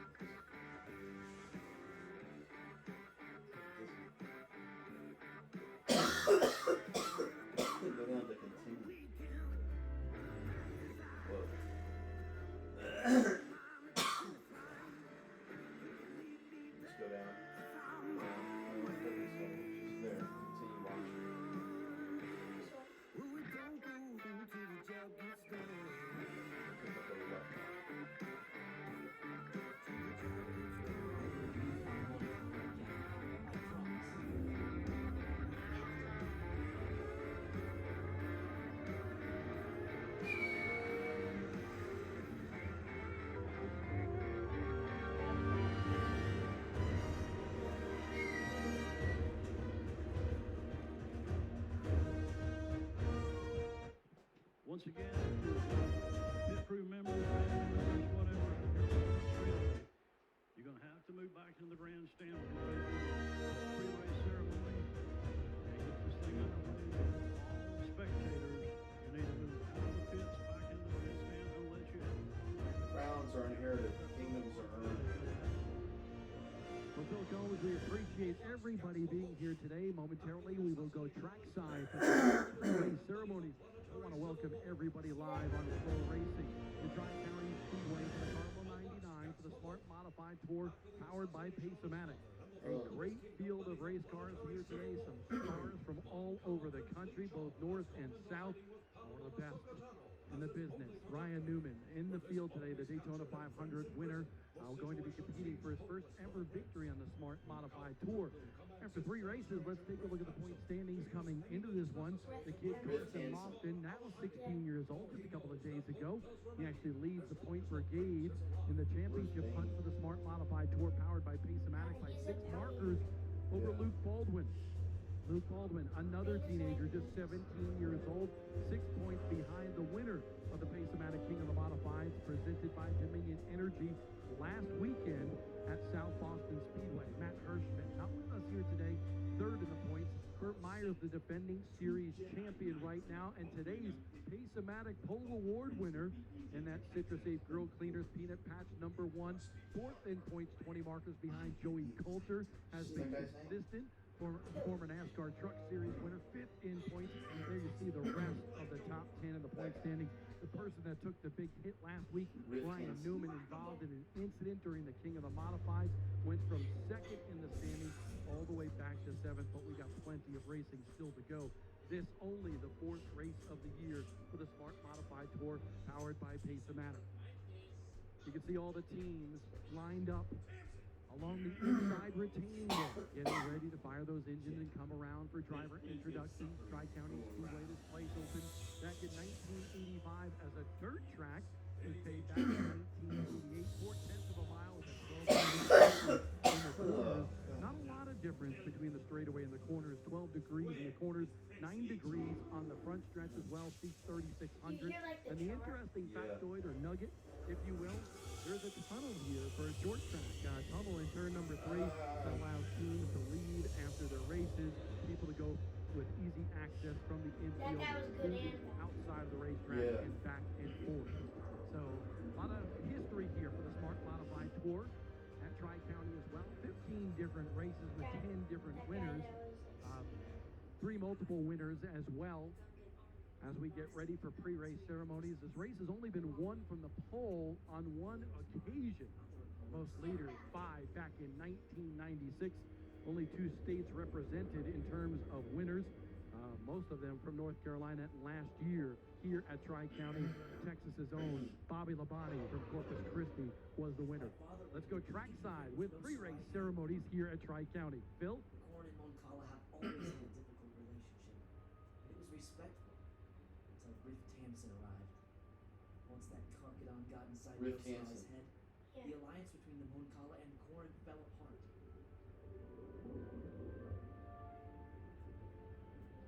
I know what I must do. Moncala and Corn people must be reunited. Okay, I like your thinking, but what's the strategy? Count all the prisoners. Moncala, Gungans, clones, if we all fought together. Ladies and gentlemen, if you will please all rise and remove your hats for our invocation today. Track Chaplain, Mr. John Abernathy, if you would remain standing for the playing of our national anthem. We'll need to let your people know. They'll have to be ready to fight. Before we get started, a couple things. First of all, this is a wonderful, beautiful day that the Lord Jesus has given us. Tomorrow we celebrate Easter. That's when Jesus rose from the dead. If we did not have that, you and I would not be here today. And another thing, the whole world will recognize tomorrow, whether they're a believer in Jesus or not, they will recognize at least one day what you and I, as children of God, recognize 365 days out of the year. With that, I would like to mention a man by the name of Gary Freeman. Some of you might have known him. He was with the Hoosier Tire South, and he also worked with Hoosiers for 25 years. Well, he was born on April the 1st, 1945, and he died March the 27th. He won the Allison Award from Legends of Racing. He was pivotal in the start of this series, the Smart Tour in the 80s, and then also in 2021. He loved racing. Please keep his family in your prayers. And with that, let's bow our heads. Almighty God, we are so thankful to be here. We are thankful for your Son Jesus, who died on the cross to give us everlasting life. Lord Jesus, the victory that we have, and what is a joy that it is, knowing that each of these drivers, as they compete tonight, they are victorious before they turn one lap. God, we pray for the drivers again, the crews, the audience. Bless us tonight with a wonderful evening. For it's in your name we pray, Jesus. Amen.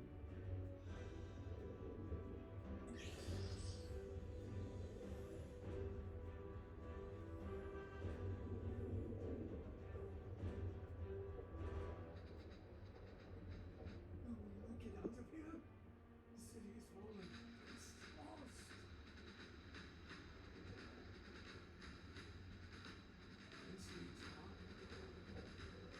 Are you a prisoner here as well?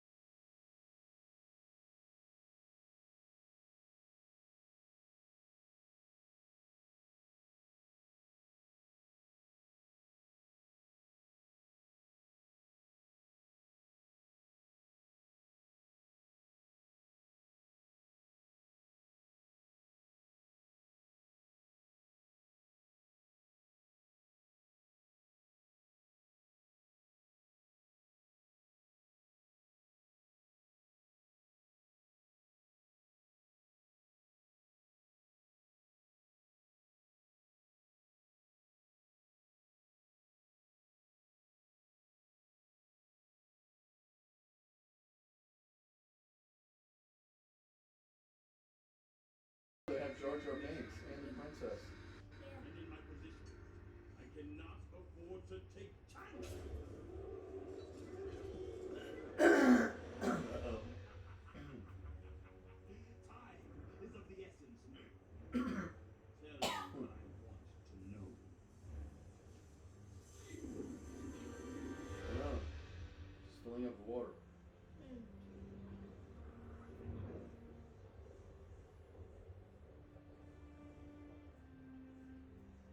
Thank you so much to each and every one of you who have come out today for today's Cardinal 99 for the Smart Modified Tour powered by Pace-O-Matic. We're live on Flow Racing, fans all around this racetrack, tailgating down there in turns 1 and 2 and down the backstretch as well. Thank you so much to all of you. I see a really good looking, like 1970, I should say early 70s C10 pickup truck that's actually pulling off right now to get a better parking spot. But that thing is a sharp ride down there, blue Chevy C10. But thank you to all of you for being here. Some campers on the backstretch as well. Plenty of great racing this year here at Tri-County Speedway.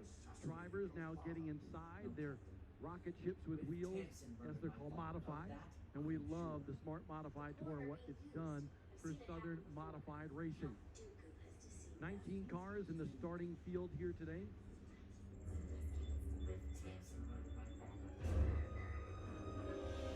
We'll find no Sarai. He was my John Michael Jeanette in the number 82, transmission problems on that ride. He will That guy right there grows up to in be the a major starting grid commander in here some of the today. movies. And unfortunately, the number 14 for Bobby Meismer Jr. The Z-Max Racing Electronics machine not in the starting that kind of lineup. person right there, that guy. He finished second here last year.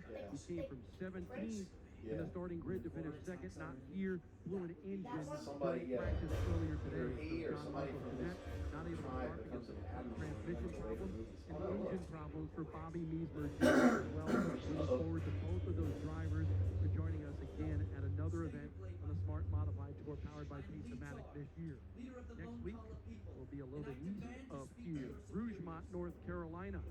Orange County Speedway, going to be a lot of fun to watch the modifieds on that high bank racetrack. Last year had a heck of a run. Bobby Labonte with the victory in Orange County last year. But we will be there next Saturday night in Rougemont, North Carolina. Just to let you know what's going on right now, the drivers getting inside their race cars, buckling up. They will pull around to the front stretch and we will introduce you to all of the drivers in today's starting lineup. By all means, bring him to me. I shall meet you in the throne room. The throne room? That guy sounded hoarse. I want that little one to As I see me in mentioned, my next rightful week we're place. at Orange County Speedway. You're not going to want to miss that big event in Rougemont, North Carolina.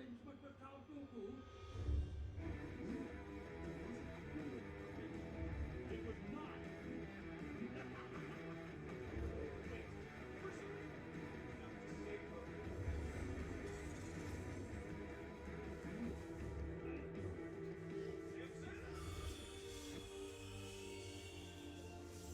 Great shot from the Carolina Drilling Citrus Safe Grill Cleaners drone during our broadcast here on Flow Racing. You can see all of the Smart Modified Tour events on Flow Racing, modified action from Bowman Gray Stadium as well, the Cars Tour, and a whole lot more. In fact, the closeout for the Smart Modified Tour will come with the Cars Tour at North Wilkesboro Speedway, just down the road from here. This racetrack, Higgins family have done such a fine job directing Tri-County Speedway. Every time we come here, the place gets more and more immaculate. Beautiful when we walked in here today to go modified racing right here in between the mountains and the heart of stock car country just south of us. Sealed the hole up. Yeah. Several of the drivers hoping for good runs here today. In fact, one of them, the red and white number 15 for Brian Lofton out of Lexington, North Carolina. Lofton, miserable start to the season for him. Had a blown engine during practice last week at South Boston Speedway, was not able to start that event. He is a big-time winner in Smart Modified Tour competition and a former winner at this racetrack. In fact, in 2 races here, he's got a victory and a second-place run to Bobby Labonte last year. But Lofton, this is a brand-new car for him. Had never seen the racetrack prior to today. And they did have some oil pressure and a vibration problem underneath the hood of that car. They got it cleared up in time for Pace-O-Matic Pole Award qualifying, and he was able to put in a good time. He's in the starting lineup. No matter where he starts here today, Brian Lofton could be a factor. Let's crank things up here today at Tri-County Speedway, and we'll bring everybody around to the front stretch to be able to let you know who is starting where in our starting lineup. Though they may not see it. No, sir, I knew my father. Whatever differences our people had in the past. Carson Lofton, the number 23, that is Brian's son, Carson Lofton. What a start to the season for this now 16-year-old. He became the youngest winner in Smart Tour history when he won the opener at Florence Speedway at 15 years, 11 months, and 3 days. Those 2 victories last week looked to be having a good run. Had some trouble early in the King of the Modifieds event at South Boston Speedway and did not have the finish that he would have liked to have had outside the top 10 for the first time this year for Carson Lofton last week at South Boston. Burt Myers loves Tri-County Speedway. Myers, the Pace-O-Matic Pole Award winner in that Peanut Patch Backyard Leisure Pool and Spas. Citrus Safe Grill Cleaners number 1 He's out of Walnut Cove, North Carolina, our defending series champion. Thank you to Citrus Inc., as well as Carolina Drilling, for bringing us the drone coverage during today's Flow Racing broadcast as well. And this is high above Tri-County Speedway in Granite Falls, North Carolina. Beautiful part of the country, and look at that infield packed with haulers, race cars, and more today. For all the campers along turns 1 and 2 and down the backstretch as well. Great vantage point for all the fans. So if you don't want to get out of your car, take a look at that. There's the beautiful countryside today that surrounds Tri-County Speedway. You see the mountains off in the distance. That's where I'm from, up in Boone. And then down to the Mooresville, Hickory, North Carolina, down to the southwest of here.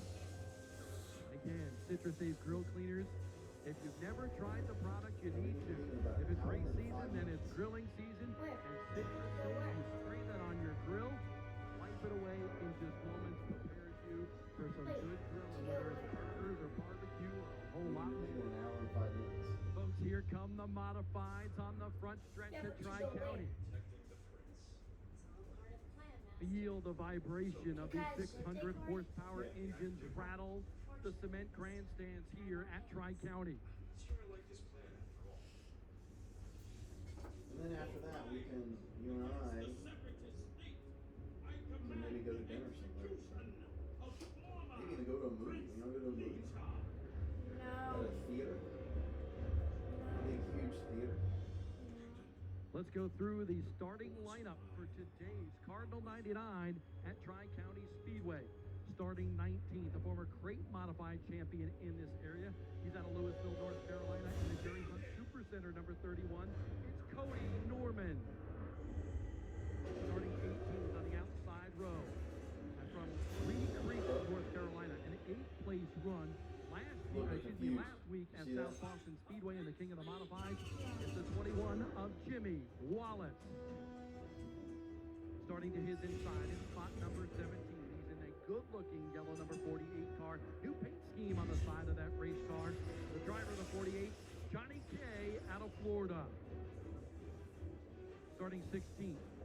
He's in the Pace-O-Matic 16 VA for Sadler Stanley Racing. Finished 4th last week at South Boston Speedway in the King of the Modifieds event.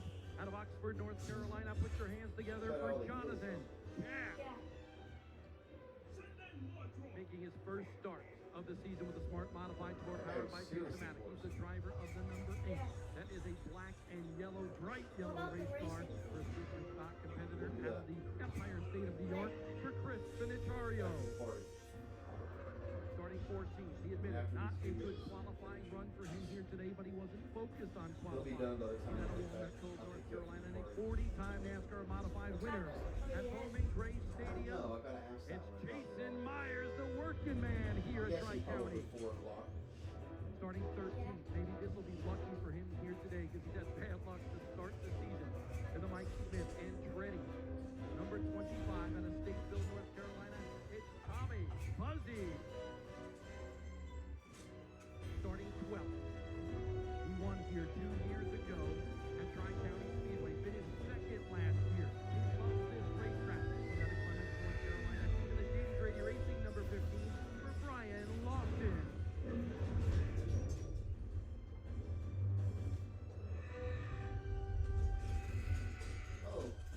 Starting 11th. He's a former NASCAR Truck Series winner. Driving the great number 02. On the side of that race car. He's out of Florida, Joey Coulter. And now let's meet your top 10 drivers in the starting lineup. This next driver is out of Connecticut, driving one of the most famous rides in all of Southern Modified Racing. With sun drops on the side of this 79 car for Hillbilly Racing, it's 2-time SK Modified winner at Stafford Motor Speedway in Connecticut, Anthony Pillow. This next driver who will start 9th. He's the driver of the black number 12. They call him the Snake. Finished 2nd here in 2007 in a UARA event. It's a late model stock car series from old Jake Crum. Starting 8th, hoping to get back to victory lane. Danny Bone is a 16-time winner in NASCAR modified competition at the Madhouse. Bowman Gray Stadium. He's out of Freehold, New Jersey, and he'll start 8th here today in the 24. Danny Bowe. Starting 7th, another third-generation modified racer. This kid is out of Jackson, New Jersey. In the Gumley Motorsports number 27, it's Blake Barty. Starting 6th in the 23 car. That car synonymous with Southern Modified racing. His dad, Ryan Lofton, for so many years, and now his 16-year-old kid, Carson Lofton, will start 6th today here at Tri-County. Blew him up. A fan favorite will start 5th after winning the Pace-O-Matic Pole Award today in the number 1 car out of Walnut Cove, North Carolina. It's Bert the Ace Myers. Another teenager in today's starting lineup. Became a king 1 week ago at South Boston Speedway. He's driver of the Pace-O-Matic 7VA for Sadler Stanley Racing. Out of Mooresville, North Carolina, it's Luke Baldwin. All the way from Howell, New Jersey. They call this guy Showtime, and there's a reason for it. He's won 7 times on the NASCAR Whelen Modified Tour. The number 99 for Jamie Tomato, it's Jimmy Blewett. And on the front row for this one, on the inside of the front row right now, you see the number 2 car. That's the Shitty Coolers machine with aggressive hydraulics on it as well. Ryan Newman, the Daytona 500 winner, SRX champion. He will start on that front row, scheduled to start 2nd, but Will Lambrose will have the choice as whether he wants the inside or outside groove. And that's why right now, Will Lambrose in that number 77 machine. He's out of Northport, New York, a road racer sponsored by Skip Barber Racing. Will Lambrose will have the choice, inside or out, for the start of the Cardinal 99.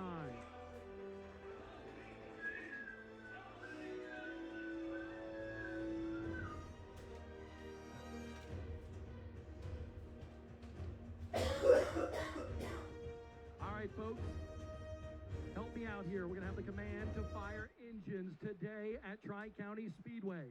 On the count of 3, we're going to go. 3, 2, 1.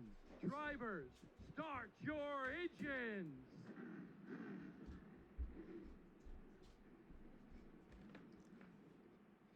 And just a little correction, Will Lambrose in that number 77 car will indeed start on the point here today. He'll lead the field to the green flag. See a cool sign down towards turn number 1. A lot of fans of particular drivers in the starting lineup here today. And a sign down there for the number 24 of Danny Bone. Hoping for a good run today for the driver out of New Jersey. And the Paul French owned, the Buddy Ellis owned number 24. Good field of modifieds here today. We're excited to be with you for the Smart Modified Tour, powered by Pace-O-Matic event with the Cardinal 99. I'm Bob Dillner. This one's going to be special. Alongside of me in the booth, from App State University, Ryan Hendricks. Ryan, you've been to a few of these shows over the past couple of weeks, and I know you're excited to call some great racing action today here at Tri-County Speedway. What have you thought over the couple of races that you've seen so far? Bob, I can't be more excited to be out here at the Tri-County Speedway today. And over the past couple weeks, these Smart Modifieds has been some of the best racing I have ever seen. It's been very exciting. And we've seen some teenagers really get to work out here and get some great racing done and some great victories at the top. Will Lambrose assumes his position as the pole sitter of this race in that white number 77. By the way, that's not a new race car. It was red prior to South Boston last week, but he was involved in that big melee near the end of the race. In turn number 3, they had to put a new body on that race car this week. On the outside, Ryan Newman, trouble for him at South Boston last week. He had finishes of 3rd and 2nd in the first 2 races of the year, but Ryan Newman knocking on the door for his first victory with the Smart Modifieds. Yeah, Ryan Newman's been doing very good. The first week started out, the start of the year, Got him the third place finish at Florence and the second place finish over at Carroll. But as you said, Bob, so many cars on the King of the Modifieds last week that he's just moved down the point standing ever so slightly. But he looks to rebound big time today. You talk about some experience differential. Look at that second row. Jimmy Blewett, Luke Baldwin. Those two will be factors here today. So we might we might take Hart to Kai's. Or Miho, I don't know yet. But Hart needs to be driven. Youth has gone wild so far in the Smart Modified Tour powered by Pace-O-Matic. Directions on the calendar. Two teenagers winning the first 3 events of the season. Will that trend continue here today, or will we see a veteran in Pace-O-Matic victory lane at the end of 99 laps? All right, folks, we want your attention right on that flag stand on the front stretch. We want you to stand up because this is what it's all about. It's time to salute the stars of the Smart Modified Tour. They're going to come around turn number 4, and we want you waving everything, your hats, your hands, your phones, you name it. Folks, this is 600 horsepower. It's the ground pounders. It's the mighty modified. This is the Smart Modified Tour with the Cardinal 99 at Tri-County Speedway. This isn't what you're supposed to do. What do you mean? You were supposed to write essay about someone else. What? Now go redo it. Great job, JB. He'll throw the green flag. Next time by, it'll be 1 to go until we go green for 99 grueling laps here at Tri-County.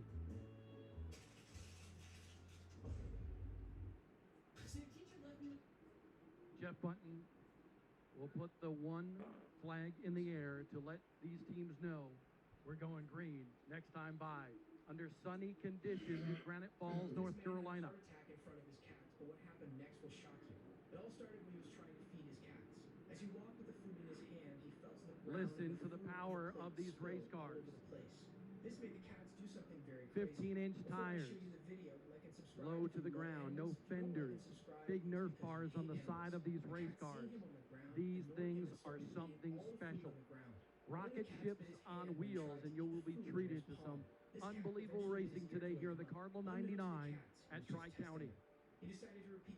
Will Lambros, the road racing kid, 20 years old, with 46-year-old Ryan Newman alongside of him, will bring the field to the green flag. Ladies and gentlemen, by the grace of God and 600 horsepower, we are green the Cardinal 99.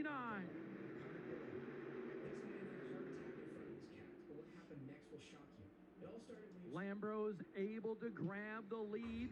Look at the battle for second now. Tomato on the inside of Ryan Newman. We see Jimmy Blewett working his way in as well. Up to the outside is second. Lambros leads him back to the green flag.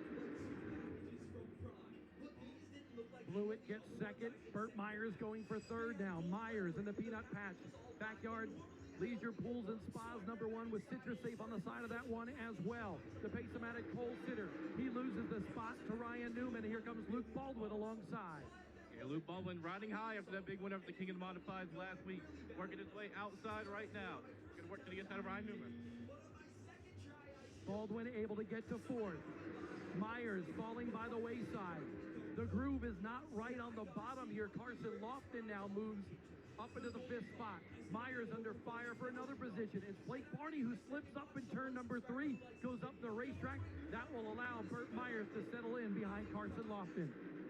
And Blake Barney almost slipped all the way up into the wall out there. Seems like he's worked back to the inside, working inside of Burt Myers now, coming into turn 3. Blake Barney in the number 27 car. Had a tough run at South Boston Speedway. He said it's been difficult for him. He doesn't know these racetracks, learning some things. There's Luke Baldwin. Baldwin and Newman going at it. Newman pitching him off going into turn number 3. Battle for third right now between Baldwin and Newman. And Newman's still looking to get back into the groove this year. Newman alongside, one of the toughest competitors in the business, has run just about everything. USAC Silver Crown cars, modifieds, Cup cars, SRX cars, you name it. But Newman loses the position to Luke Baldwin for third. single file within the top 10 so far. Will Lambros leads his first lap since Smart competition. Jimmy Blewett is in second, Luke Baldwin is in third, Ryan Newman in fourth, and Carson Lofton in fifth. Lofton is the point leader coming into race number 4. The defending champ Burt Myers back in sixth. Seventh is Blake Barney. Jake Crum back in eighth. 24 of Danny Bone in ninth, and Joey Coulter in the 02 rounds out the top 10. There is Tommy Buzzy in the blue and white, number 25, battling with Brian Lofton in the brand new race car here for Lofton at this racetrack. Yeah, Brian Lofton blew the engine last week at the King of the Modifieds. Had some trouble through practice today, but he seems like he has settled back in nice, and that car's running smooth. The team had a lot to do here today, a vibration and then oil pressure problems underneath the hood for Brian Lofton. But if anybody can turn things around, he can. That car had never been on a racetrack prior to today. A brand new chassis for Brian Lofton. And no better place for Brian Lofton to try to get back into his groove. We know back in 2022, he got a win here. Not the start he wanted at all this season so far, Bob, yet to earn a top 10. Buzzy gets by Bello, the 25 by the 79. So move Tommy Buzzy, who's hoping to improve his season just a little bit here today at Tri-County after a tough start to the season.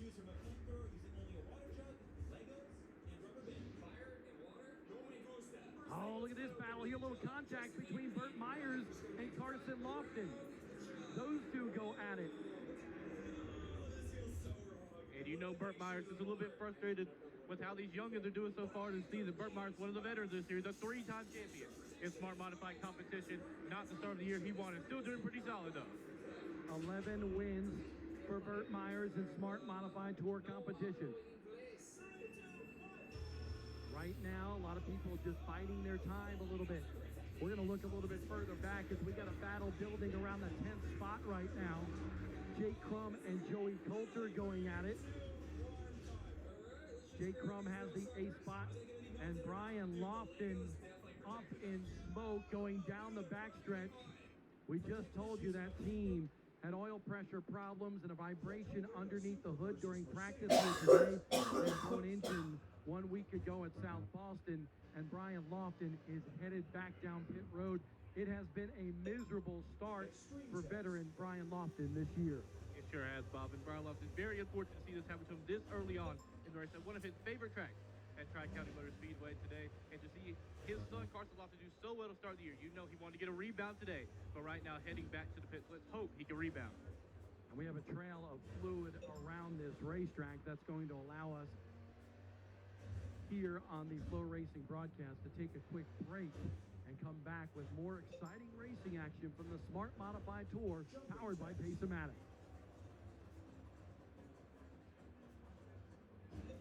I'm Matthew Slater, 16-year pro football veteran and special teams captain. I know about drive, hard work, dedication, going the extra mile. I know about the drive to improve every day, every rep, every mile, so that when your number's called, you're ready to answer. I know about drive, and so does Ira. Start your game-winning drive at Ira View at GMC. New England drives Ira. When his father came to visit him, the boy had adapted to the sensation. The father blamed himself for his injuries. The boy hugged him comfortably. The father took care of him, took the boy with him to practice boxing. The boy Remember felt that his King weight seat I did the on other night? shaped wall. He soon mastered his powers to exercise his senses. He stood upside down on a rooftop, then somersaults, and finally, he even climbed up on the elevated platform and slid down the railroad tracks. 3 punks surrounded him. They bullied him for being blind. The boy held out his stick to stop them. Then he knocked them all down and left in style. That day, the boy suddenly heard his father's screams. So he rushed to the alley. But when he arrived, he only found his father's body. He touched his father sadly. He touched a rose. He realized that his father had been murdered. The radioactive liquid splashed into the boy's... Bobby Bearhug saves Dog Day from the Smiling Critters in Poppy Playtime Chapter 3. Question number 1. Name any skibidi toilet. Subscribe if you believe in God. If you picked Holy Toilet, you already lost. Avoid saying the same thing as me or you are out. Question 2. Who is the second person that appears when you tap on Share Then More?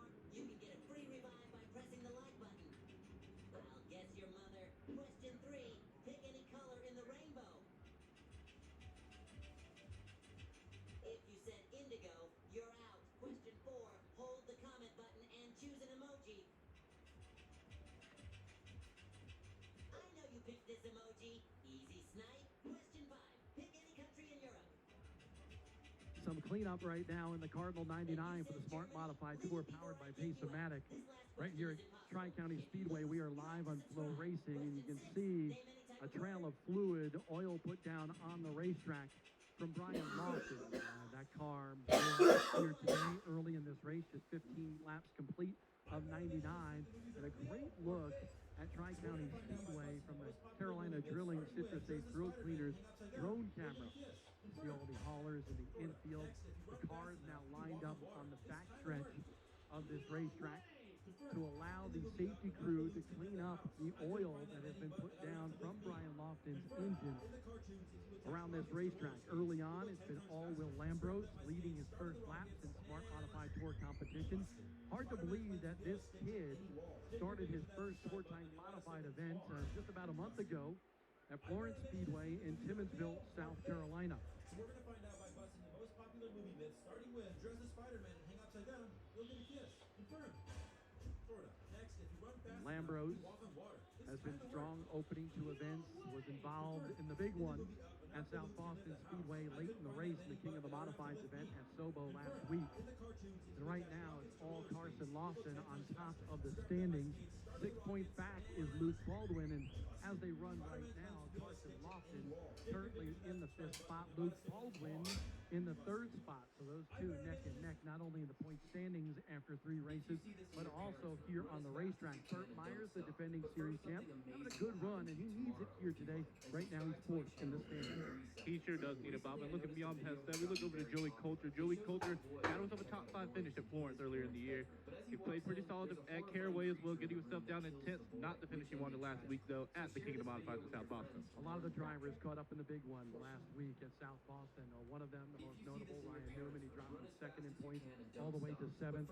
And then you have Jason Myers, who had 2 top 10 finishes to start the season for the working man out of Walnut Cove, North Carolina. And then trouble last week. 12, 13 cars collected in the big one at the end of that King of the Modifieds event. So right now, cleaning up the racetrack. It's going to be a long one because Brian Lofton put some fluid down turns 1 and 2 on different parts of this racetrack. So the safety team attending to that, race director up here, David Hoots, checking things out, and we'll let them clean up. We're going to go to break again here on Flow Racing and come back and hopefully know a little bit more about the cleanup process as the team from the racetrack look around this track to make sure there's no fluid left when we go green once again here at Tri-County. Evolution Giant Spider, 1975.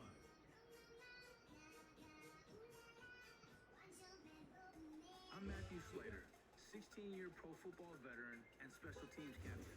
I know about drive, hard work, dedication, going the extra mile. I know about the drive to improve every day, every rep, every mile, so that when your number's called, you're ready to answer. I know about drive, and so does Ira. Start your game-winning drive at iReview at GMC. New England drives Ira.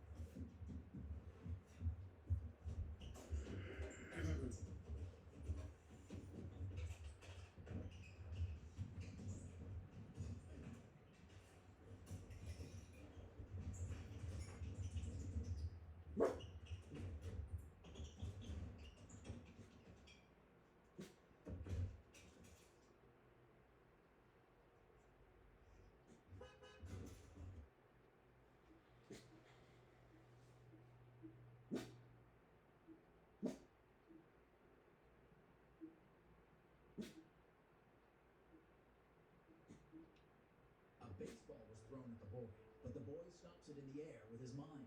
The boy suddenly got a nosebleed. He cheered for his superpower, so the boy dressed up as a magician. He used his powers and made the cards fly back into his hand. And then he went to the high wall, and he danced on it. And finally, he threw a ball up there. It was a great success, but when the boy returned home and saw his sick mother, he got the idea to make some money. So he went out and found a group of punks and used his powers to send them flying. The punks tried to run away, but the boy flew in front of them and knocked them all down. And then he took their money, but he counted the money. He realized he didn't have enough to buy the drugs, so he went into the gas station and knocked out the cashier. He used his powers to put the money in a backpack and then quickly left. But the cashier left and came out with a gun. The boy subconsciously used his powers. The gas station exploded. The boy was seriously injured and hospitalized. The father cursed at the boy, but the boy woke up. He grabbed his father's hand. He used his powers. A baseball was thrown at the boy, but the boy stops it.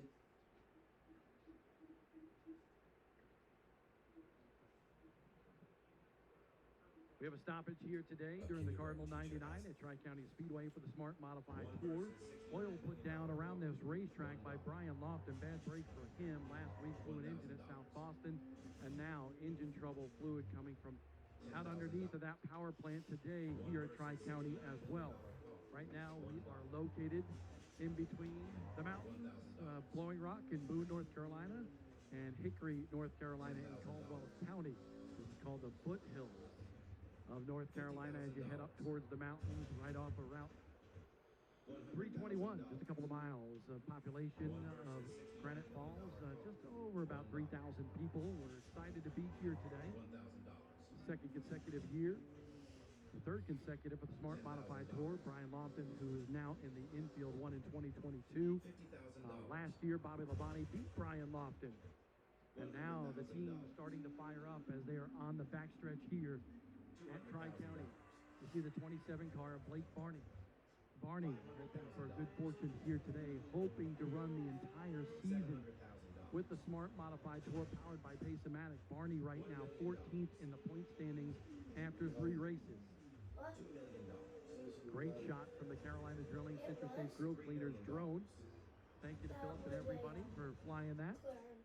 You can see the buds popping out from the trees. A little bit lower elevation from where I'm from. We have no buds on the trees right now. We're starting to almost see leaves down here in Granite Falls, North Carolina. I'm Bob Diller, alongside of me, Ryan Hendricks. Ryan, your first event on the microphone, but you've been watching these modified for a while, especially this season. You know, what do you think so far, 15 laps into this race? It's been a good one so far. William Lambros is just pacing the field. It's been really surprising to me by William Lambros, as you said, still working his way into the modified scene, known as a road racer, coming over from the TC America Series before this year. But Will Lambros today looks like he's been a modified driver for many a year, outpacing guys such as Burt Myers and Jimmy Blewett.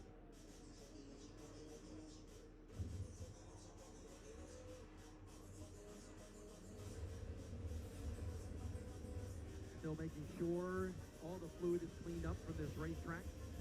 Will Lambros leading this field.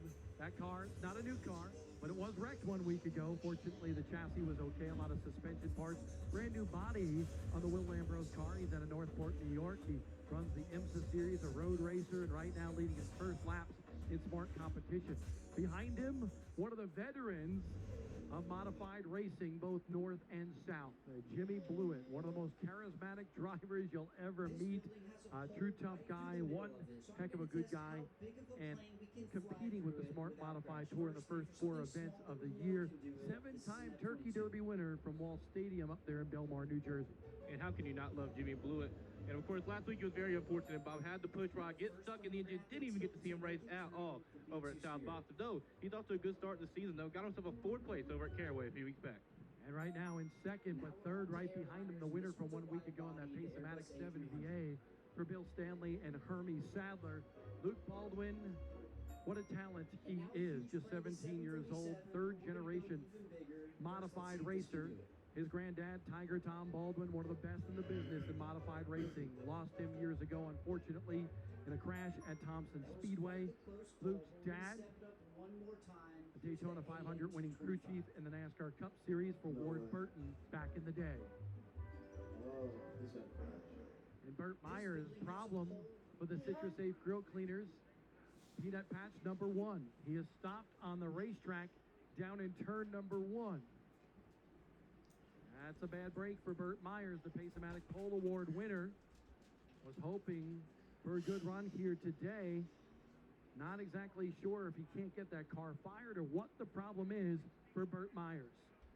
And Burt Myers really tried to keep the pace up with some of these teenagers. Luke Baldwin and Carson Loft at the top of the standings. Burt Myers right now sitting at 4th. But this would really tank his season if he's not able to get this one refired, Bob. Yeah, still a long way to go in this season, but he was running 6th in this race and a definite contender to head to Pace-O-Matic victory lane here today.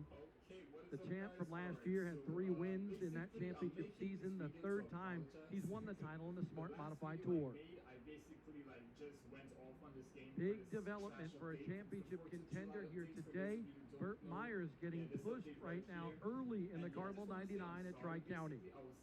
And already a heavy hitter seeming to drop out in Burt Myers. 2 heavy hitters, Bob. We've seen Brian Lofton already leave the field, a former winner at this racetrack, and now seeing Burt Myers go out. Some of these guys who have not yet to get a win this season have got to be licking their chops at this moment. A little slow pace early on with that fluid being put down, and now Burt Myers stopping on the racetrack.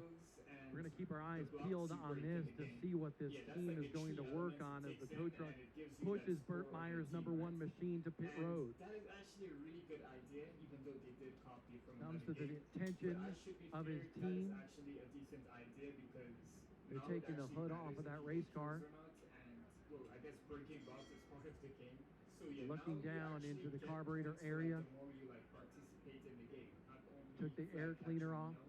So yeah, that does make right sense. now, Burt Myers not able to get that car fired. I should probably take that back what I said before about this update being embarrassing. Don't get me wrong, this update still sucks. Like we still did not get any new weapons. So yeah. So as Burt Myers is on pit road. But yeah, I do want to coming off of turn number 4, the drivers will see the Citrus Safe choose cone. This is where drivers get to choose the inside or outside groove for the restart. Baldwin choosing the top side as the 3rd place car. That car maybe a little more momentum up to the top. And remember, the groove here at Tri-County is not right down at the bottom. It's kind of right in the middle of the track, Ryan. It sure isn't, Bob. And we see Ryan Newman be able to take the inside. He started on the outside to start the race. He's dropped back a little bit, going behind Jimmy Blewett and Luke Baldwin. We'll see if he works on the inside just a tad better for Ryan Newman. No head. See Burt Myers' team down on pit road, still trying to figure out what has gone awry on the #1 machine. How can he get to that? You know, we saw Ryan Newman take a big hit in his championship quest. Usually with a 15-race schedule, you're going to have one of those outings. That could be here today for Burt Myers if they don't figure out what's going on with his #1 machine.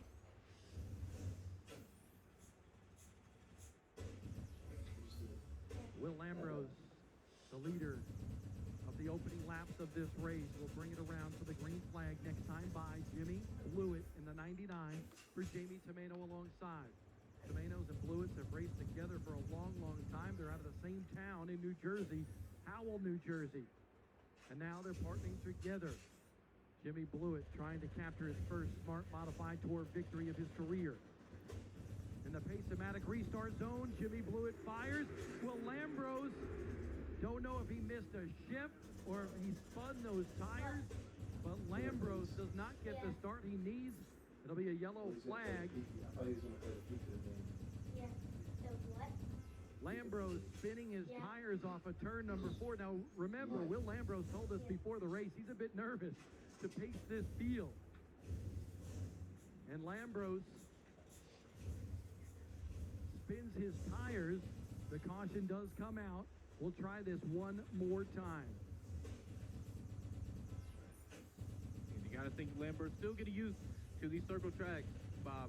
And you got to see just a little mistake there, spinning the tires on the outside. Jimmy Blue was sure happy to see him go right by. Hey, Lambros is a talented chauffeur in that 77, but he's still getting used to the circle track prowess as a road racer in the IMSA circuit. One more time and we'll go back green flag racing. And Lambros needs to fire off of turn number 4.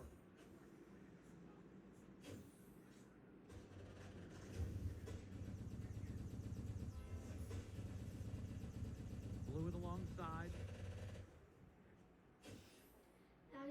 And just to give you perspective on that one, everybody ready to go. Lambros maybe spins those tires. Tomeno, number 99 with Jimmy Blewett in the cockpit of that race car went as soon as he saw Lambro step on the gas, and then the disparity there, and that's why we did have that caution to slow things down. They pick up the pace. Lambro's going to fire off a turn number 4. Much better this time around for Lambros in the 77. Jimmy Blewett still able to get a good jump on the outside. Looks like he's going to work down inside, in front of Will Lambert to lead him into turn 3. Showtime in the lead of the Cardinal 99 at Tri-County. Now, Luke Baldwin, hot on the back bumper of Will Lambros. Both of those cars, PSR machines. Wow, craziness. A little bit further back in the field. Side by side from about 5th on back.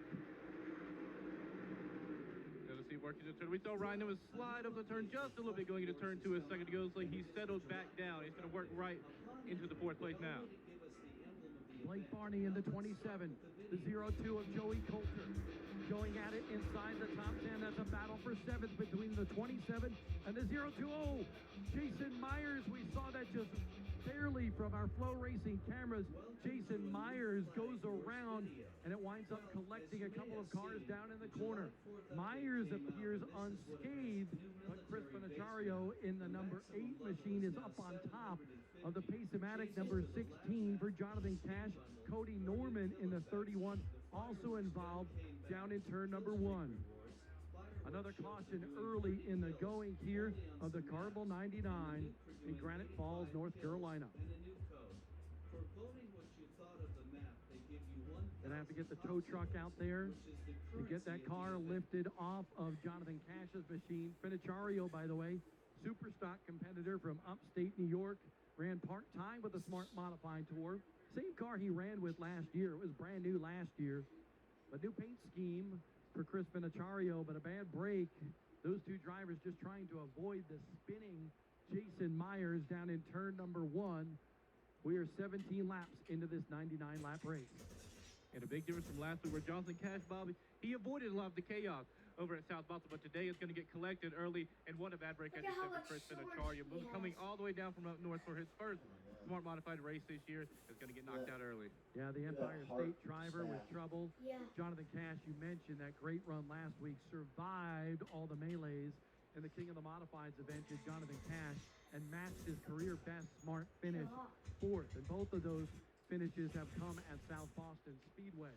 Here today at Tri-County, not the fortune that Jonathan Cash wanted, nor did Chris Benachario.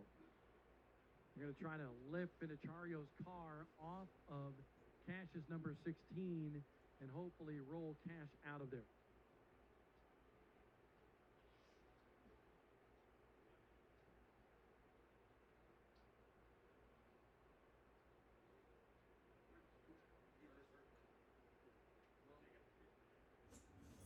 This skinny pop is amazing. But only for simple ingredients. We never have to stop.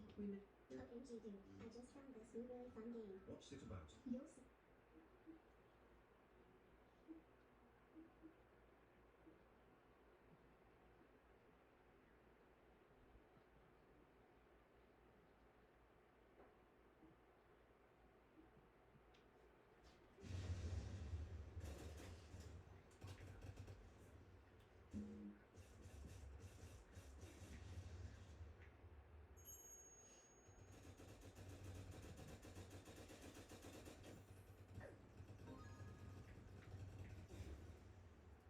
So as we clean this one up, we've had a slow start to this Cardinal 99 at Tri-County. Brian Lofton blowing engine that fluid down on the racetrack.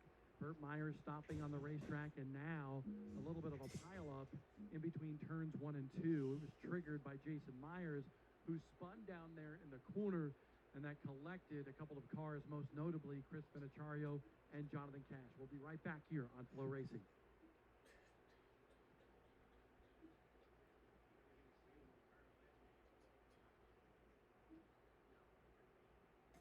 I'm Matthew Slater, 16-year pro football veteran and special teams captain.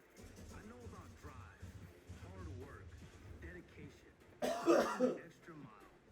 I know about the drive to improve every day, every rep, every mile, so that when your number's called, you're ready to answer. I know about drive, and so does Ira. Start your game-winning drive at Ira Buick GMC. New England drives Ira. I never know what that is.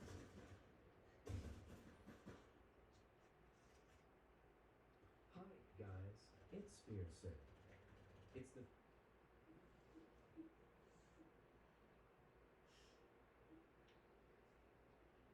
Alright, right before we do the...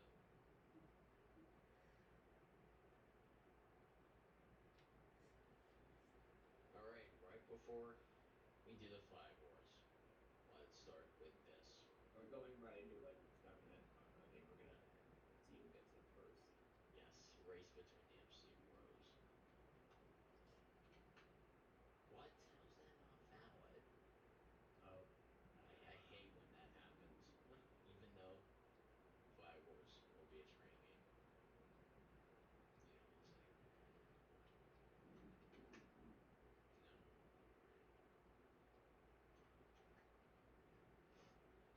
No. Oh. Why did it?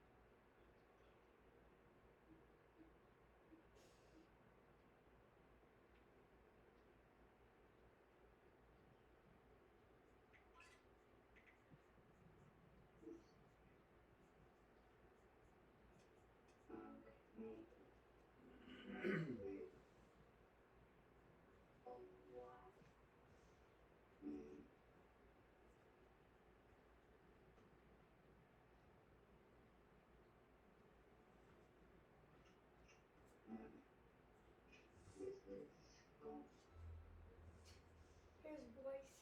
Mm-hmm.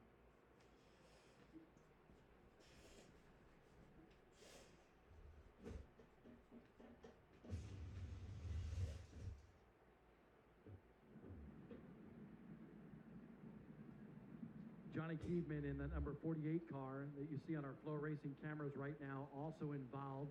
He actually hit the wall pretty hard on the right-hand side of his race car, so he's going to get a tow off the racetrack.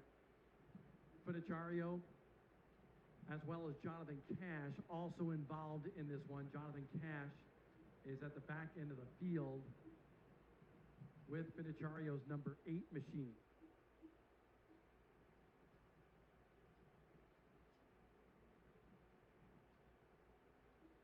Great field of modifieds here today from our Carolina Drilling Citrus Safe Grill Cleaners drone. Got a good look at them stopped, heading into turn number 3 and all along the backstretch.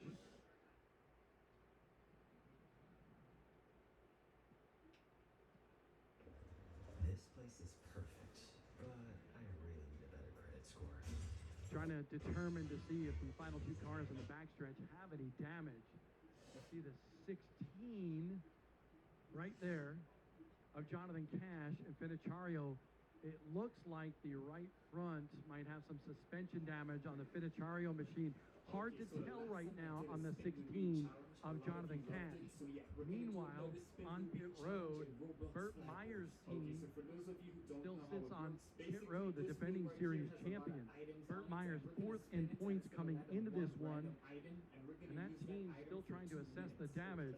During the red flag period, they were not allowed to touch that race car, but now we are rolling again under yellow, and the team able to try to figure out what's going on with that number 1 car. Johnny Keedman just went through your shot as well. He took a shot to the right side of that car with that newly re-lettered number 48. And the beautiful yellow and orange number 48. Bob, it's really important to see him go out so early. Has not had the best season so far. Only started at Caraway where he finished 25th in that one. It does not look like he's going to be able to come back today. It's a really super cool looking weapon, but it's just useless as hell. Look at this. Oh my, I'm dead. Oh my god. I almost died already. Chris Fiduciario, that team working on that race car down on pit road. Here comes Jonathan Cash as well. There we go.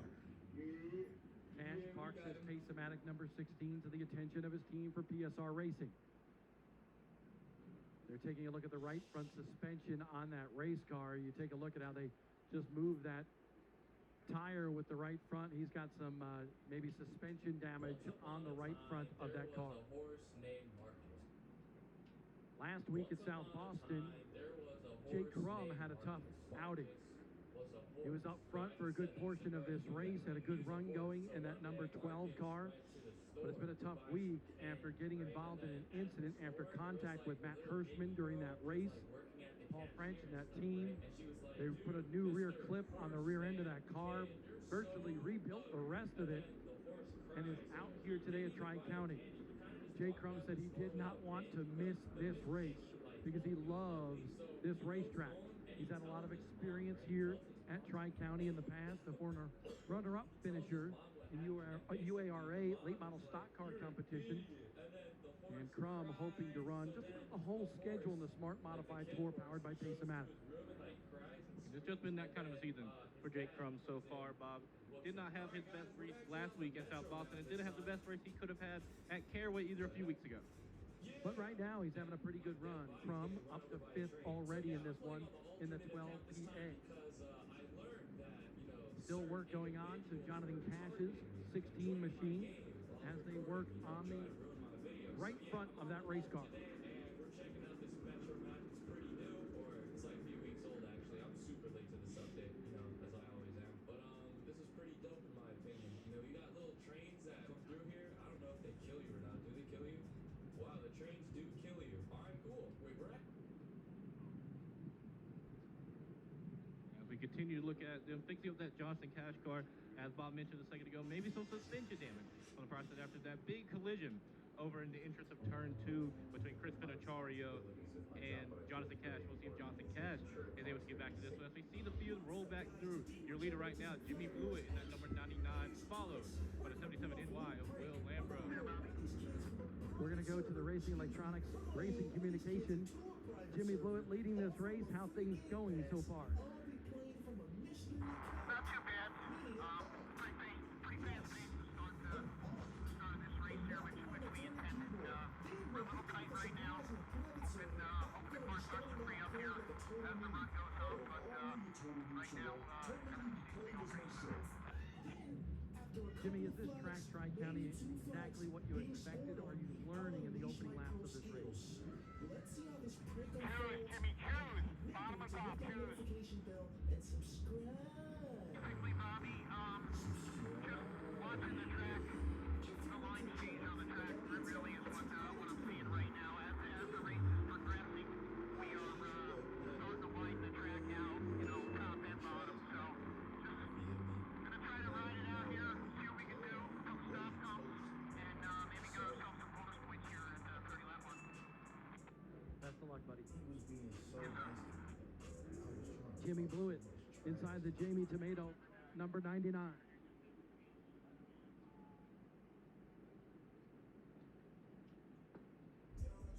One to go until we go green flag racing once again. Try to get some green runs in here, allow these drivers to understand what's going on with their cars. We're just 13 laps shy of the conclusion of Bell Helmet's stage number 1.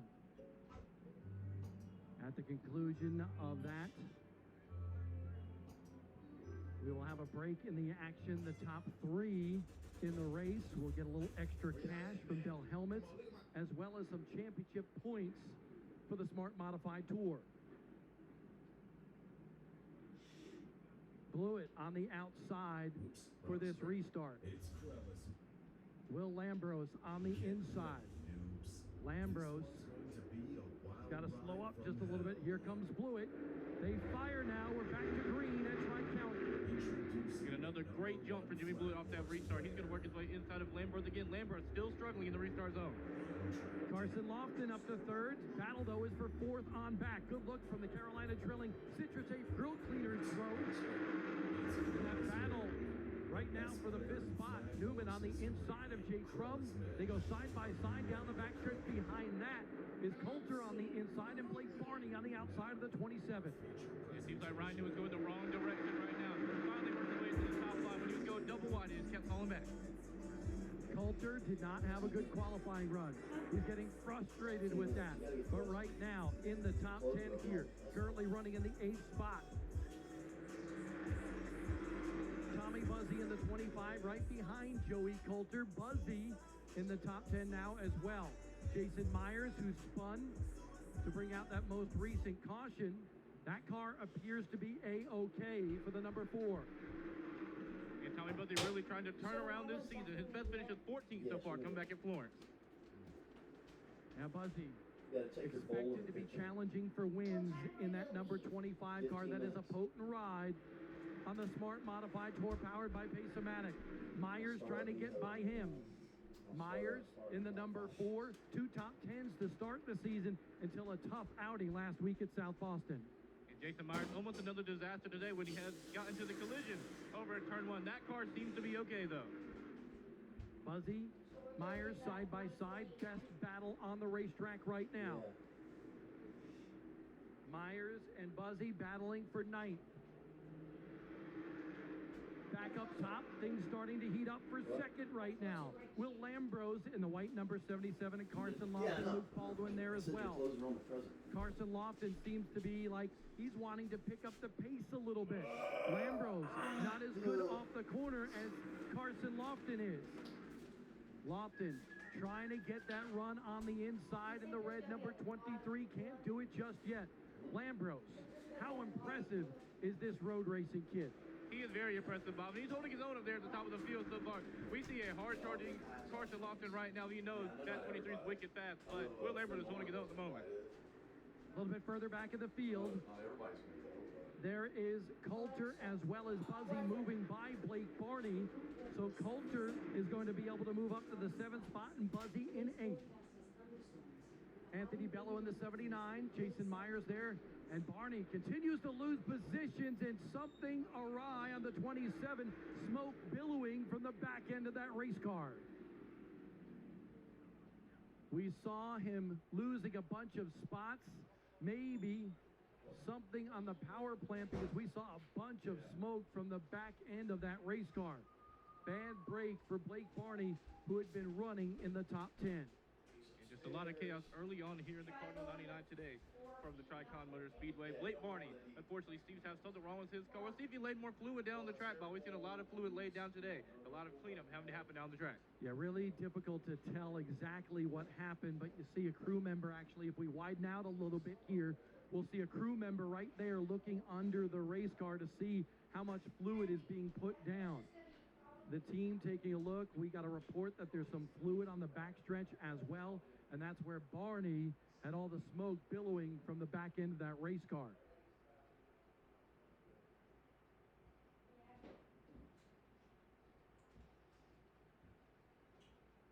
Bad break for Barney. He's taking off his gloves, his helmet. Looks like he's going to be climbing out from behind the wheel of that 27 for Gumley Motorsports. And you hate to see that, Bob. Blake Barney really looking to get something going today. Only one top 10 finish on the year. Coming back in Caraway, he really thought today was going to be the day out here at Tri-County. Yeah, Barney started 7, had a good qualifying run for him.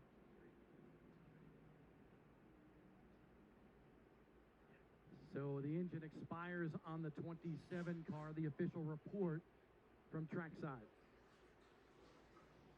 We've just seen a lot of engine issues going on today, Bob. A lot of cars going out early on. This was not even to the first stage break yet. We've already had 3 cautions go on in this one.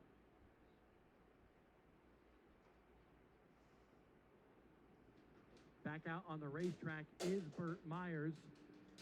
So Myers back out. Was on pit road. That car would not fire. Brought out a caution, during a caution basically. Now Burt Myers on the racetrack. A few laps down. And you like to see Burt Myers, even though a few laps down at the moment, to see the ace Burt Myers be able to get back out there and have an attempt to finish this race and salvage some points today, if nothing else goes better for the ace Burt Myers. Just got the report that Burt Myers is 10 laps down.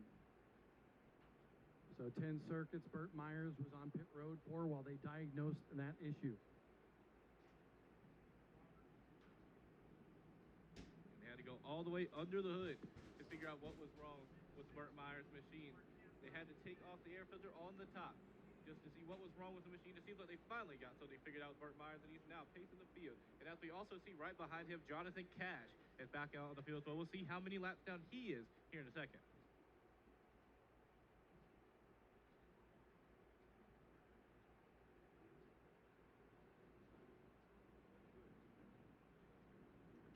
Folks coming back to the start-finish line this time by. You'll see the green flag come back out. 27 laps down in the Cardinal 99. Remember, the end of Bell Helmet's stage number 1 is at lap 30. Luke Baldwin does not come up to speed. Baldwin loses a couple of spots that allows Coulter to get by, Jake Crum to get by. So Baldwin not having a restart like he wanted. Up front, though, it's all Jimmy Blewett.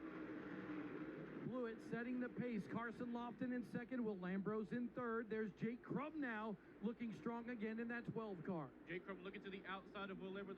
This time he's going to put the bumper to it, try to go to the inside.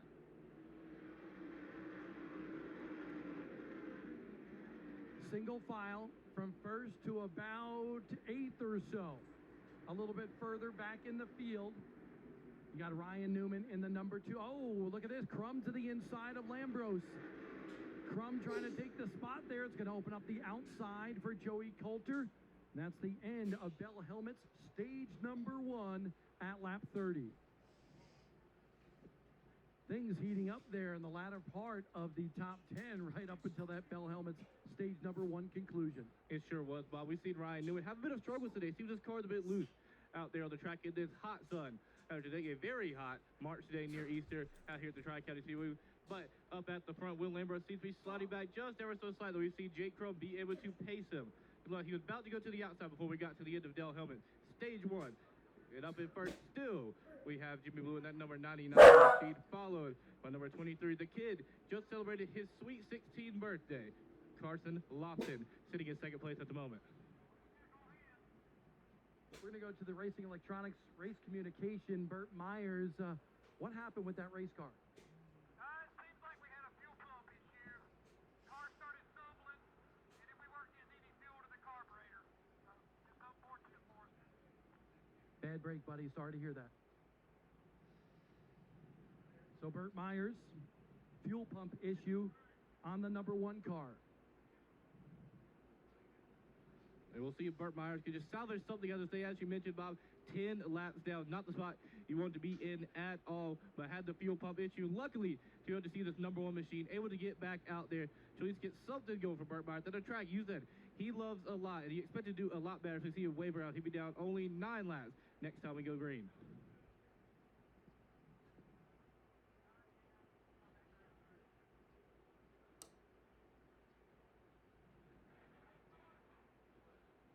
As we look on pit road, we see Luke Baldwin, last week's winner at South Boston, the king of the modified in that 7 VA machine, sponsored by Pace-O-Matic and Cookout on the side, getting a little bit of work done over here at the end of the stage 1 caution. And right behind him, we see the 16, Jonathan Cash. Jonathan Cash, as we saw earlier, Bob, get mixed up in that wreck with Chris Minochario and Johnny K. We saw him get back out there, do a few laps, but it seems to be there's still some problems with that 16 machine. Luke Baldwin on pit road. We saw him have trouble on that most recent restart. And now that team looking at that car just heard them on the radio to take your time. Let's get it right. So we're not exactly sure what's going on with the Pace-O-Matic 7VA, but he is on pit road after being in the top 5 early in this race. And a far cry from last week where we saw Luke Baldwin have a great finish at the King of the Modified, then a beautiful car, but this time seems like he's just having a bit of issues early on here today at Tri-County.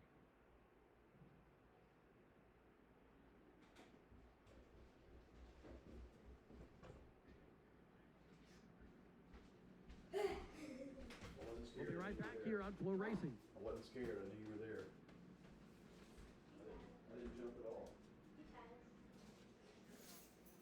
Where you have to go to the bathroom? You want to go to the bathroom real quick here? I just did.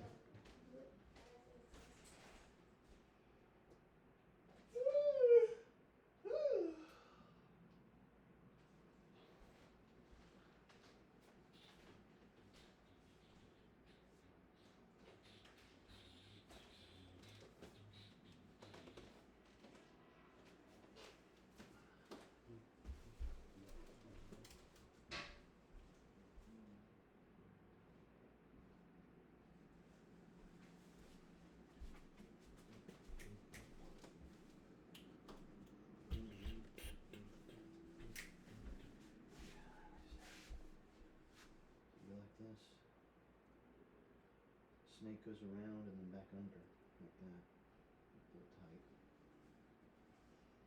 There's 1 ear, 2 ears. Alright, I'm gonna back. Wait, the presents. No, I'm not just gonna back the car out. I'm coming back in.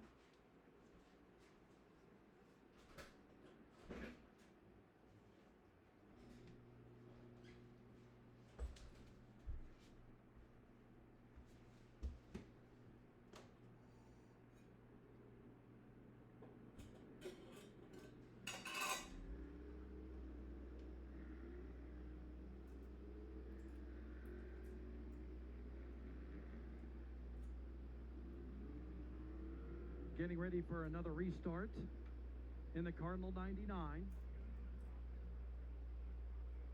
30 laps into this one. Carson Lofton, Jimmy Blewett on the front row for this restart.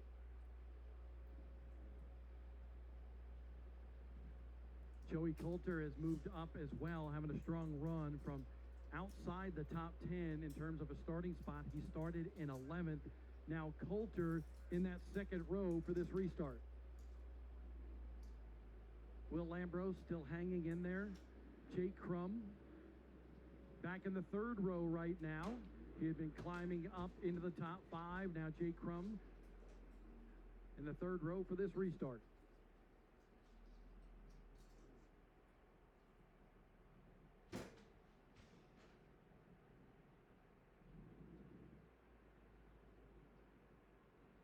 Jimmy Blewett, what a turnaround from 1 week ago. Had some engine difficulty at South Boston, did not make the show in his own number 76 family race car. Back in the Jamie Tomeno 99 here today in the Cardinal 99. A nice slow pace. The teenager on the inside is Carson Lofton, the red 23. Jimmy Blewett setting the pace, coming to the green. And Jimmy Blewett completely owning the restart zone today. Is able to beat the inside again. We see Joey Coulter work to the inside. Oh, look out, 3 wide down the backstretch into turn number 3. And above Tom Buzzy, Ryan Newman, Jake Crum, and more back there. There's Danny Bone in the number 24 car. I don't know where they are. Tomeno leads. Lofton second, Coulter in third. Newman is in fourth.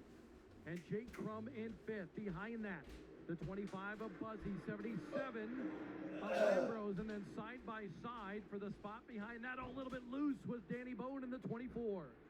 Hard charging so far. Danny Bone had to start near the rear today due to issues he had. Qualifying, had to replace the rack on that car, but he is working very quickly right now. Jason Myers up to 8th now, but he's on a roll, trying to get around Will Lambrose as well for 7th. On the outside is Jason Myers. We saw Bobby Meismer do that here last year. But man, a little slip up by Jason Myers. He loses that spot to Lambrose once again. Just had to check up just a little bit there with Jason Myers. But he's going to keep working to the outside of Lambrose. Lambrose will beat him off the second corner though.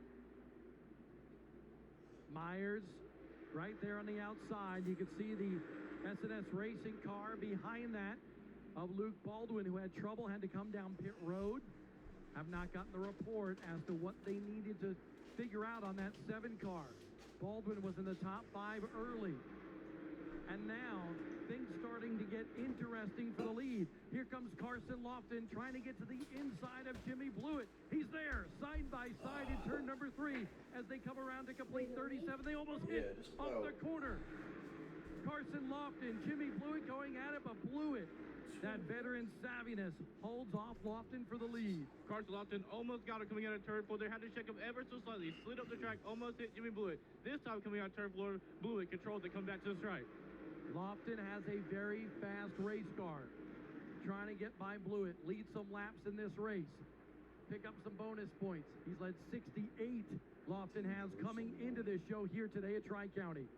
And one of the leaders in leading laps is Carson Lofton so far, trailing only Big Money Matt Hurton, who has 168. And we see Jimmy Blewett lead his first lap of the season here today at Tri-County. Yeah, it is. Jay Crum still locks down the 5th spot. There's Joey Coulter in 3rd, having another good run, his best run since Florence to start the season. T-shirt has Bob, and Joey Coulter has a wicked fast 0-2 machine today, but look right now, another great run that the needed so far to see that Tommy Buzzy getting his best run of the season so far. What shoes are you going to wear? Yeah, Buzzy Looking good in that blue and white machine. Finished 7th here 1 year ago. Buzzy, nice and slow, like he has an egg underneath the throttle pedal right there, trying to get by Jake Crum. That car may be getting better and better as the race wears on. He slid up almost into Crum there a little bit, but able to avoid that contact. Buzzy able to pick up the spot. He is now in the top 5. And just a great run for Time Buzzy so far. So just been struggling so far this year. The car he expects to win in right now, be able to beat Jake Crum, but Jake Crum getting a good run off of turn 4. Crum comes back on the outside, trying to move back by Tommy Buzzy. Will Lambros behind them in that white number 77, just trying to hang out and figure out which groove is going to work. Jason Myers back there as well. Myers running in the 8th spot. Luke Baldwin in 9th, and Anthony Bello in the 79 is 10th. We are 45 laps into this one this next time by.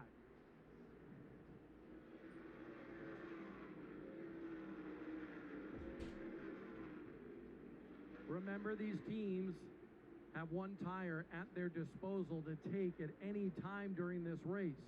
And the top competitors in this race have not taken a tire yet. Here comes Lambros trying to go after Jake Crum.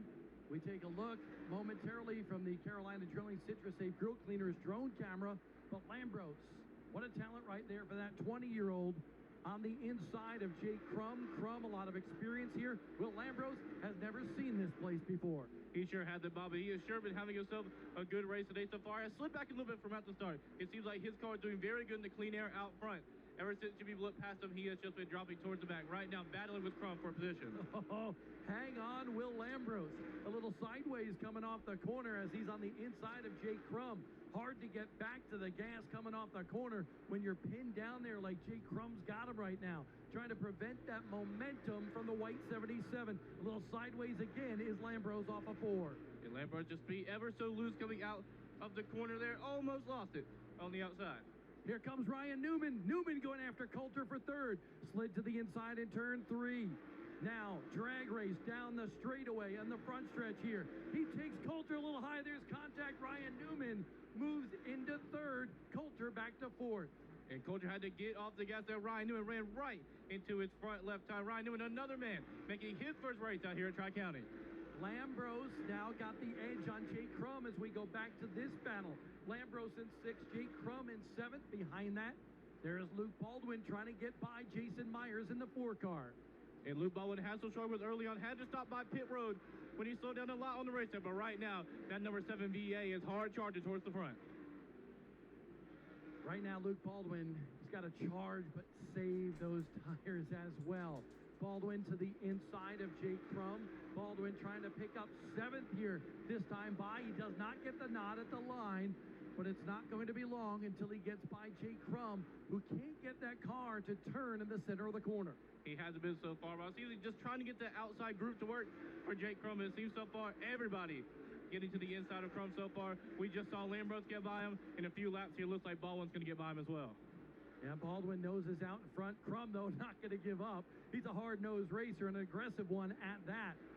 Crum trying to hang on until maybe a caution where he's able to come down pit road and make some adjustments and take that ever-important right rear tire on that machine. Baldwin now able to move by him. Baldwin up to 7th. Jason Myers looking for a way around Jake Crum as well.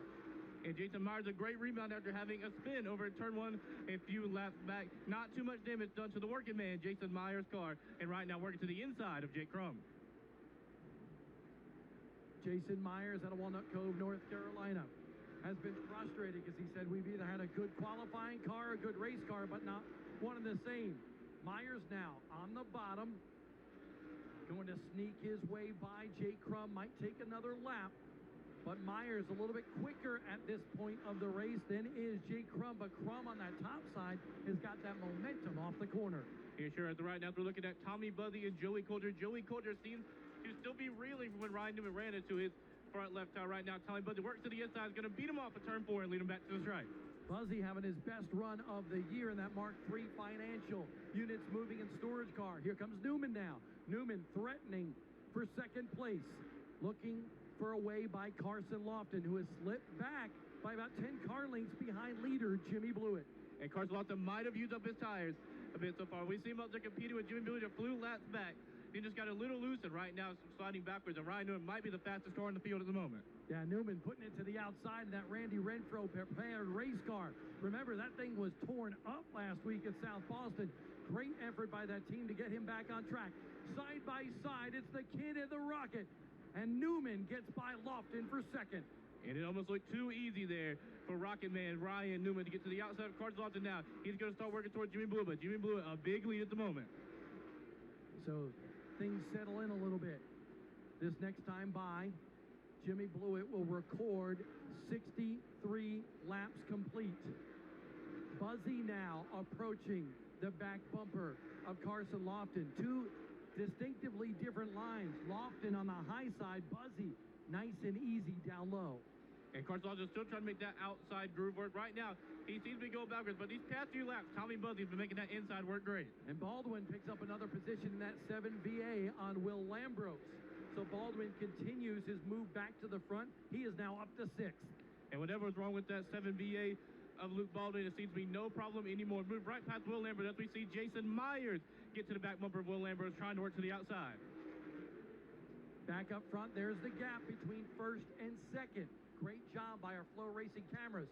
Back, though, we got another side-by-side battle. And there it is.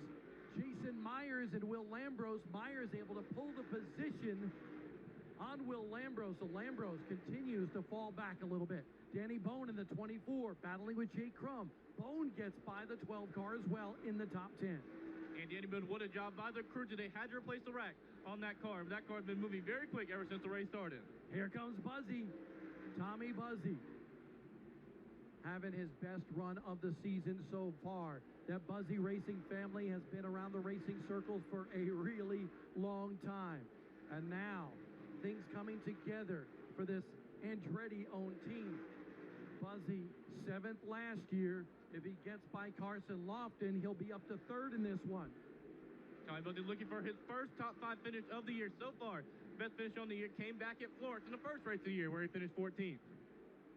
But he got a little loose coming out the corner there. Lofton holding him off. Take a look at this, though. Newman is right on the back bumper of Jimmy Blewett in a battle for the lead. Newman trying to get by him, and he's not afraid to go to the outside. Newman so strong. You would think the outside's the hard way around here. But it's the Rocket Man, Ryan Newman, who takes the lead on lap 71 of the Cardinal 99. And the Rocket Man looks like he has the rocket strapped to the back of that number 2 Shitty Coolers machine right now. It moves right to the outside of Jimmy Blewett on the outside. Newman, remember, has not won a race on the Smart Modified Tour powered by Pace-O-Matic yet. 3rd in the first race, 2nd in the second race. Knocking on the door for victory lane. Is today the day that Ryan Newman gets the job done? Right now it sure looks like it, Bob. Ryan Newman, a very fast number 2 machine today. And as you mentioned last week, that car was torn to shreds at the South Boston King of the Modified, powered by Pace-O-Matic. But today it looks like that car is brand new and ready to roll. So your top 5 right now is Newman, Blewett, Buzzy, Lofton, and Coulter. 6th is Luke Baldwin, who's sideways off at every corner. 7th is Jason Myers. 8th, Danny Bone. 9th, Will Lambros. And rounding out the top 10 right now is Jake Crum in the number 12. And a lot of these cars very loose right now. Seems like it's very hot on the outside. An impressive run as well for a driver just outside of the top 10, running in 11th, Cody Norman. A couple of years ago, won the Carolina Crate Modified Series title. He's won races in crate competition, but is a newcomer to the Tour Type Modified Wars, right now running just outside the top 10. And a great run today for the 31 ZB of Cody Norman. So far, his best finish so far this season came back at Caraway at 24. As you said, still making the transition though from the crate cars over to the big boy modifieds. And just his second start of the season, that Jerry Hunt Super Center number 31. Back to the front we will go. Newman, there's the gap to Jimmy Blewett. Newman has not been able to speed away from that 99. Right now, those veterans keeping pace at the head of this field. And Jimmy Blewett not going anywhere easy. It seems like Ryan Newman for a second there was going to pull right away from the number 99 of Jimmy Blewett, but Jimmy Blewett hanging in tough, making it hard on Ryan Newman. Hey, while the leaders are okay and everybody else is pretty much single file, let's go to the Carolina Drilling Citrus Safe Grill Cleaners drone right now. The drone showing the speed and tenacity of these smart modified race cars. Look at that speed right there, how quick they are on the front stretch of Tri-County. Moving at blazing speed down that front stretch. And what a beautiful shot from our Carolina Drilling drone cam out here at the beautiful Tri-County Motor Speedway. 80 laps into this one. Now things strung out just a little bit. We had a rash of cautions early in this race, and now some long green flag racing. All of these drivers, I'm sure, saying, I need a caution. By the way, Jimmy Wallace right there in the number 21 car, just outside of the top 10, running in 12th. Last week, Jimmy Wallace, who now goes a lap down, finished 8th in the King of the Modifieds event. And it was a great finish for Jimmy Wallace last week. As you said, finishing 8th. Here's another guy that survived the chaos. And so far, that's what he's doing today, even though Ryan Newman's going to put him a lap down. Newman just keeping pace right now. Out ahead of this field. He knows he doesn't need to put a lot of gap on Jimmy Blewett. Knows that at the next caution, we expect him to come down pit road, but we're 84 laps into this one, closing in now on the end of this race. So what's going to happen here? Ryan Newman sitting pretty if we don't have a caution. Ryan Newman right now would love to not have a caution. So far, he has the advantage over Jimmy Blewett. Jimmy Blewett's tires seem to be a bit used up, but all these guys slipping and sliding all over this racetrack. But right now, Ryan Newman in firm control. I'm sure he would love to not see a caution in this race. So just to give you a picture, and on pit road right now, just to let you know, Cody Norman looks like he might have made some contact on the right side of that car, maybe with the wall, but we go back to the top now, and we see Ryan Newman starting to catch Jonathan Cash. Look at the gap between Newman and Blewett. It's grown just a little bit to about, what, I'd say about 8 car lengths, 7, 8 car lengths from first to second, and then a huge gap from second to third. Jimmy Blewett in the 99 is second. Third place is Tommy Buzzy. But here's a battle right here. Joey Coulter and Luke Baldwin going at it. That is for position on the racetrack. Baldwin wants back in the top 5. And Joey Coulter never really recovered when he was running in the top 3 a little bit ago. Got ran into by Ryan Newman into the front of his tire. Right now, Luke Baldwin hard charging towards the front. Had the issues early on, but not affecting him at the moment. 10 to go in this one. 10 laps to go in the Cardinal 99. And Baldwin going for it. Aggressive on the inside is he on that 0-2 of Joey Coulter. Battle for 5th. Definitely heated here in the late goings of the Cardinal 99. Baldwin inches out in front of Coulter. Coulter hoping for a good, consistent run in his championship quest, but Baldwin is back to 5th. And Baldwin driving the wheels off that thing right now, slipping and sliding, seems going into every corner, but eventually he's able to beat Joey Coulter in that 0-2 car off of turn 3. Ooh, he was sideways again. Coming off of turn number 4, there's that gap again that we keep on mentioning. The gap between first and second. Will Ryan Newman hoist his first Bankers Life Smarty Trophy manufactured by Jostens at the end of this race? Right now, it sure looks like about Ryan Newman. Ever since the middle of this race, it's just went straight to the front. Ever since he got by Jimmy Blewett, he has just maintained that pace in front of Jimmy Blewett, not able to really do anything to catch back up to him. I feel like unless there is a caution, it's going to be Ryan Newman's race. So you wonder, could lap traffic come into play at the end of this one? Anything can happen, honestly, and Blewett has not allowed Newman to get away. In fact, Blewett is closing in a little bit on Ryan Newman. He's cut it down to about 4 or 5 car lengths. Spoke too soon, Bob, because Jimmy Blewett is not going to wait. Maybe he was just saving up until the very end here. 4 laps to go at the line. Will Ryan Newman hold on? Blewett's been wheeling it, I can tell you that. Blewett closes in on Ryan Newman. Just about a car length and a half between those two heading into turn number 3. Just a few laps to go in this one, and Blewett is there. It's showtime here today at Tri-County at the end of this one. Will the Rocket Men hold on to win this one, or will Showtime Jimmy Blewett be able to catch up to him? About 2 car lengths back, fully worked to the inside coming into turn 3. Blewett, the New Jersey speedster, pulling up on South Bend, Indiana's Ryan Newman's back bumper. We might have a show here at the end of this one.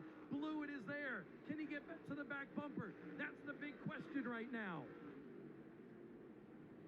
Coming this time by Blewett a little sideways as they get the white flag.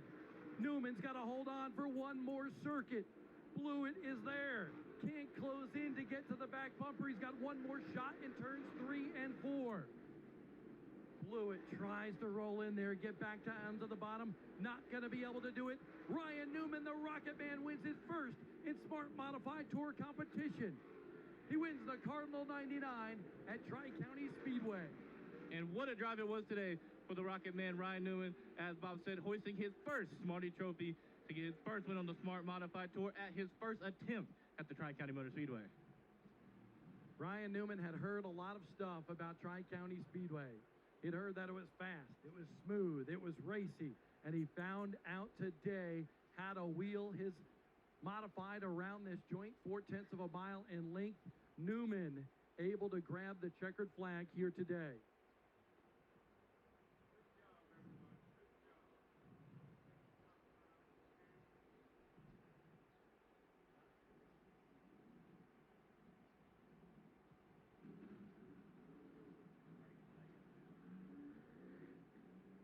And now you see a special presentation for the winner.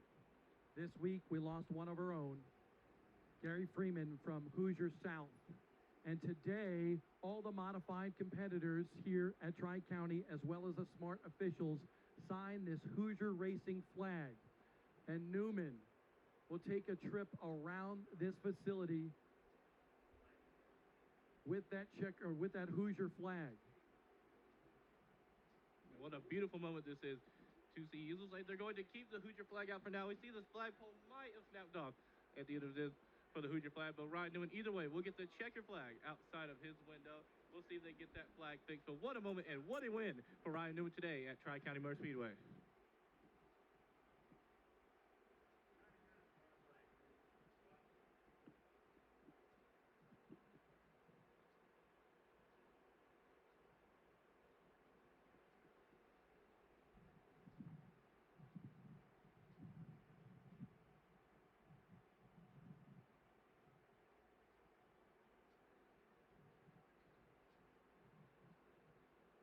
The Coulter Motorsports team gathering in Victory Lane as Ryan Newman wins today.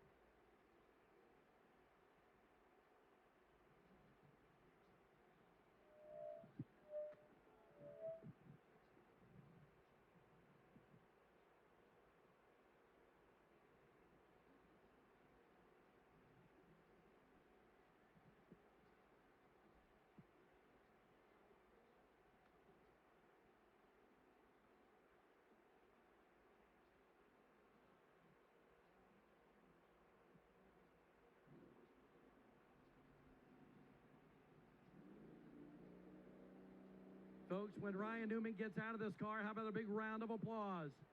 He's won the Daytona 500, and now he has won in the Smart Modified Tour powered by Pace-O-Matic. Newman is #1 at Tri-County. Let's get this car back in gear. We got the Smart towel. Ryan Newman, you finally got it done. How about it? Yeah, it was fun race, fun little racetrack. Thank all the fans for coming out today. It's 4 races in. We've been fighting for this. We got crashed out last time and had a third and a second before that. So we've been knocking on the door. But fun race, man. Just a fun little racetrack, like I said. And I got to thank Shitty Coolers. Pennsylvania Steel came on to sponsor us this race. Thanks. Sorry about running you up, buddy. Aggressive Hydraulics, Montrose Molders, Capital Auto Group. Everybody that's a part of this. Hoosier's got a great tire, and they got to narrow up their neck bands a little bit. I ain't got enough neck for this, but we're happy to be here. It's we parked it in Victory Lane for my buddy Brian Clausen, and just special to be a part of this. Wish my daughters were here, but proud of this team, proud of the effort. Really wanted to see it to go green. I know you were going to talk about it, but ultimately I was going to decide to stay out. Like I really felt like we were going to stay out there and know what we had instead of try to make something out of what we were going to do, because the tires were just that good. I mean, they got hot, they fell off, but just a great team effort. This car got not destroyed, but wrecked pretty good last week at South Boston. So proud of everybody for their effort to put it back together. I tell you what, if you ever want to give up this racing thing, we're going to have you take the microphone and interview people because you did a damn good job and answered all my questions. I was going to say, I've been around you enough. I know what you're going to ask, so I try to get my TV time out of the deal. So, thanks to Pace-O-Matic as well. They put on a big deal last week with King of the Modifieds. They support this series. I was part of their deal last year, but ultimately all the sponsors and the partners that we have that are part of this make it happen. Happy to be here. Hey, one last question for you. That outside groove really worked for you. Not a lot of people were trying it, but it worked for you in this race. Yeah, who would have thought the Charlotte groove would work here, right? I mean, because back in the day, that's kind of what you had to do was run the top and keep it on the edge. But like I said, it's a really fun little racetrack. They did a great job of from what I understand, cleaning it up and paving it and making it nice. And happy to stand here in Victory Lane. Ryan Newman. He's a lover of all racing, but he loves himself some modifieds with the Smart Modified Tour powered by Pace-O-Matic. Congratulations to Randy Renfro and this entire Coulter Motorsports crew. They are winners today here at Tri-County. And now the presentation for the Bankers Life Smarty Trophy manufactured by Jostens for Ryan Newman. Should have asked him about that too, because now he's got one of the most unique works of art to put on in his trophy room with all the other trophies that he has collected. Newman, great run for him here today. We got plenty of more racing action to go here at Tri-County today. Phil Combs and everybody going to have all the calls on that. Let's walk over here to New Jersey's Jimmy Blewett. Jimmy, so close. Thought you might have a chance there at the end because you were closing in. Yeah. Man, we were close. But I just want to say thank you to Jamie Tomeno and his entire team here. All the guys put a solid effort into it here today. Thank Tony for the big power underneath the hood. Yeah, it was so close. Our notebook is 2 pages. With this team here. So, congratulations to Ryan and his team. It's a new team for him this year, and I pay attention to detail, and I see him working very hard. Him and his guys on that car, coming to a new team, it's not easy. But this car was fast. Ryan just found the top before I did, honestly. I think we're a match of lap times there for the last, say, 10, 15 laps or so. But, he was a better man here today. He won, and, I'll take a second place here. It looked like you were just about there, and then just lost a little something with about a lap and a half to go. Yeah, you're just trying everything you can to get what you can out of it, But, no, he just had that little bit more drive off than I did there at the end. I could beat him into the center, but he was just a tick more drive off. But I'll take this second. This thing ran today. We were up front. We led a lot of laps. We're gaining on it. We're going to get one of these things here before you know it. Jimmy Blewett, runner-up today, but he's knocking on the door for Victory Lane in the Smart Modified Tour, powered by Pace-O-Matic. Eddie Harvey calling the shots here today on this Jamie Tomeno-owned team. Hello, Cheryl. And how about this for a great run as well? We talked about it earlier today, and there was a little difference on the front end of this machine for luck here today. You go from the orange tape to the green tape, and the green tape maybe paid off because you're third here today, Tommy. Oh, yeah, that's what he said was going to change the luck, and it sure did. But I want to take a minute first, thank God, because this is a special weekend, Easter weekend. Means a lot. Secondly, all my guys couldn't have done this without them. We've had a rough year. This is a great way. We talked about earlier, turnaround. We're getting there now. Units, Wade's here. Mark III Financial Group. Neil couldn't be here, but Jeremy's here, and all our guys. I couldn't do it without our partners. Superior, Maxima, Robert Yates Engines. Just pretty awesome. What was it today? Because you were mired back there a little bit, and it seemed like the car and you just got in tune with each other, and you got better and better as the race wore on. It really did. We needed laps. Oddly enough, I couldn't run the top. We were so loose up top. So everybody was running top, so my car was honestly better in the bottom. So they just kept running top. I just stayed in my lane and just drove by them. I probably used up a little too much tire. They were actually griping at me on the radio to back it down, and I wasn't. I wish I had those laps back at the end of the race to try to catch these guys, but overall it was awesome. Tommy Buzzy, best run of the year, a third-place effort in the Cardinal 99.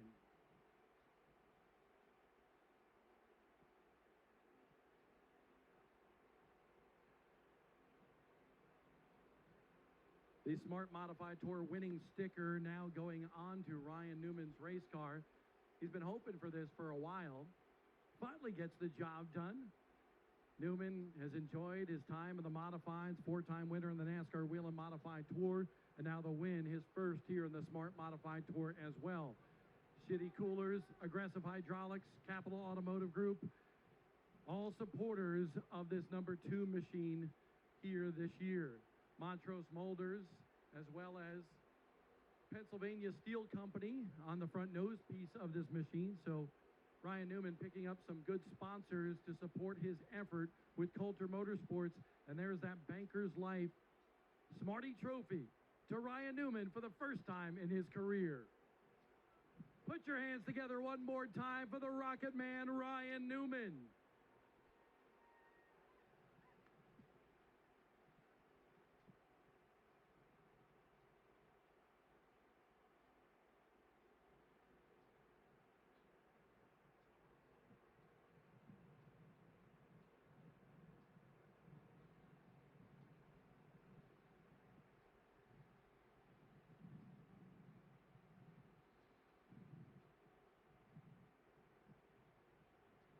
And folks, don't forget, we still have plenty of racing today here at Tri-County Speedway.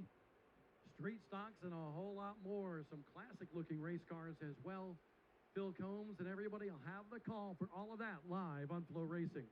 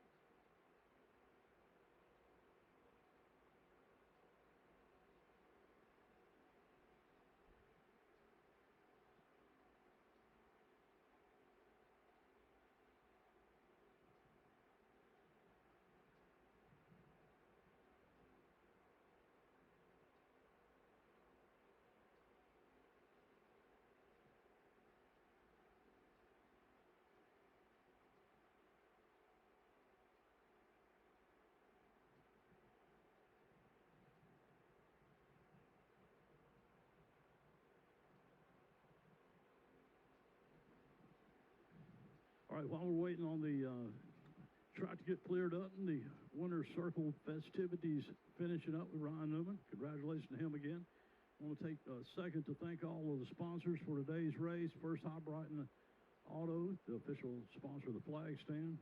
Weaverville Tire and Wheel, along with Fast Lane Towing and Recovery up in Weaverville, North Carolina.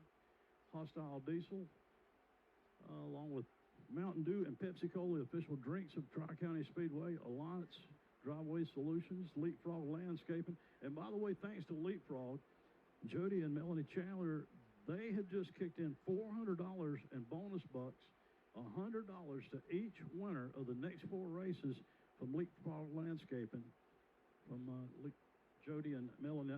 That's pretty amazing.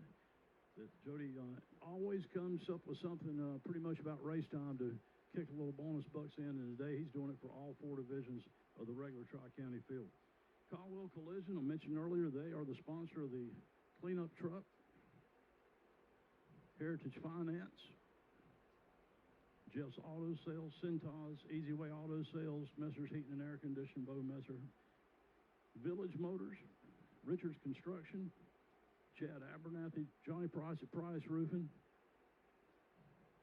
Appreciate each and every one of these folks being part of the 2024 racing season. They actually took down every one of those billboards, did some repairs, repainting, and just got them back up.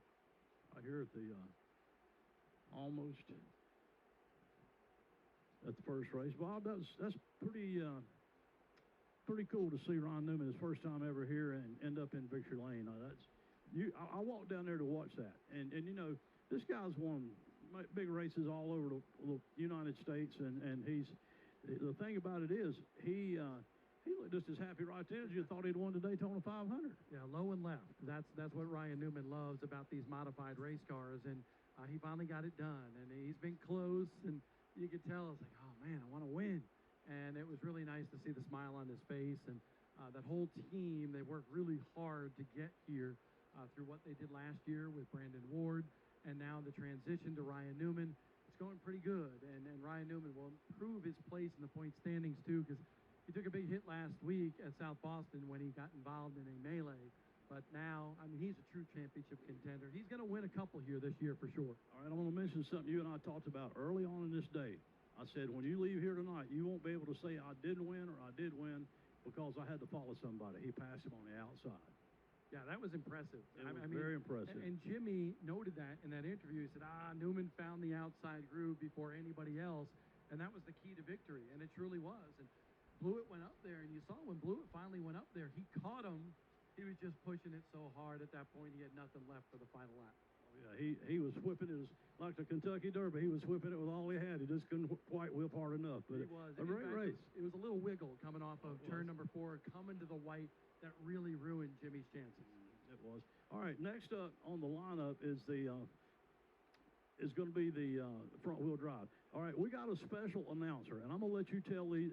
I've been up here talking to him, and this is Spence Smithback, and he is from Jamestown, North Carolina, 21 years old, and he's a student of yours, right? Yes, he's in my news writing course right now, and he's actually doing pretty good. I'm not going to tell him his grade right now, but he's doing a good job, really talented. He's been working for the Appalachian, which is the App State newspaper. Just a talented writer. I was trying to get him over to the TV side as well, but I think he likes the writing too much. But good speaker as well, and he's got a big future. He's been a long-time racing fan as well. His family's been involved with it as well. So I'm excited because now I get to watch and grade him on the mic with a veteran like yourself. Well, you know, I praise you for what you do because I've helped several youngsters get involved in announcing races now and some of these guys are, like we mentioned, the Blue Ridge Outlaws today, Hunter Weaver. I got Hunter involved in it, you know, and Blake Harris that does Millbridge and quite a few others. Travis Scott, that's with the Hunt the Front thing. I was one got Travis interested in announcing when he used to race go-karts at Possum Kingdom, but to see somebody, he's 21 years old, you know, prime of his life and got a great future in front of him, and there's so many opportunities out there. I don't know what he's interested in doing, but I talked to him a little bit about that when he was down there, and he did express that he wouldn't mind getting involved in some type of racing, so I think it's pretty cool that we're going to let both these guys help me the rest of the night, and I want you to join in. I mean, you don't have to go over there and do something else. I want you to hang out with us if you would.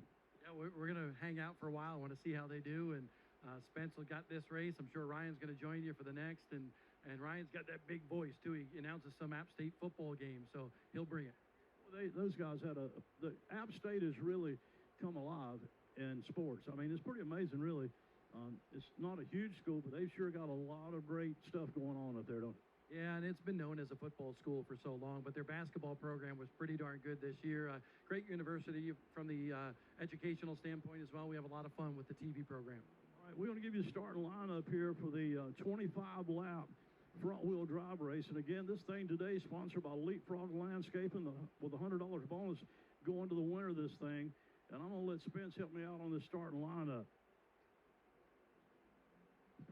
Starting on the pole from Asheville, North Carolina, driving car number 1 is going to be Dana Maxwell. That's Caleb Powell driving car number 12 in the second position. Scotty Gosnell from Arden, North Carolina, and car number 42 starts in third. That is Raina Holland and the 2 machine out of Asheville, and that's another one of the females in the field. Jonathan Goodwin going to roll off 5th into 05. Danny Holland rolling off 6th. Second in points last year. Get this. 9 top 5s last year here at Tri-County, but no wins. Like how one of those statistical anomalies, if you will. Jackie Stone rolling off 7th in the 17 car. Jason Garwood out of North Wilkesboro rolling off 8th. Yeah, that's Jason Garwood. Now, Jason was the fastest car earlier on in practice today, but we do a redraw, and unfortunately for Jason, that was the 8th, and now he went from first to last. So, but he's got a fast car. He's from over in racing country for sure, North Wilkesboro. He knows his way around this place. He'll definitely have 25 laps to get back to the front. Randy Hupp, car number 54H, another former winner here, along with James Powell, your defending track champion, in car number 27, starting shotgun on the field. Never count that Honda out. I know it don't look like a Honda, but it don't run like any Honda I've ever seen, but that's supposed to be a Honda. Yeah, you've got all sorts of stuff in this front-wheel drive class, all sorts of bodies, all sorts of engines. It's pretty much run what you brung and hope you brung it out. That's exactly right. Again, 25 laps in this one. Next up on the running order is the vintage division. You guys in the vintage class, line them up and be ready. I see the 8 car of Hateman already heading this direction. All you vintage drivers, you are next. Please be there and be ready. And again, Jody Chandler also kicking in $100 in that one. Again, I want to thank Steve Smart and all the employees at Smart Electric for sponsoring that modified race. Steve does a lot for this place. He actually put the lights up on the new Musco lights. He actually does our 4th of July firecracker. Firecracker 200, yes. Yeah. Well, this past year was a firecracker 400, believe it or not. Okay. I don't know how we end up running that many layouts, but they put the big American flag on the back stretch, hang it off of one of his big boom trucks, and he really does a lot for this place. And we appreciate you, Steve Smart, but I still say it was a coincidence the way it happened, but having Smart Electric sponsoring a Smart Modified race, I thought that was kind of cool. Yeah, it's always great when it works out like that. We love all the sponsors. Obviously, we can't do it without you. All right, they're coming to green out of turn number 4. Maxwell on the inside, Powell on the outside. There is your green flag, and we're off to the races.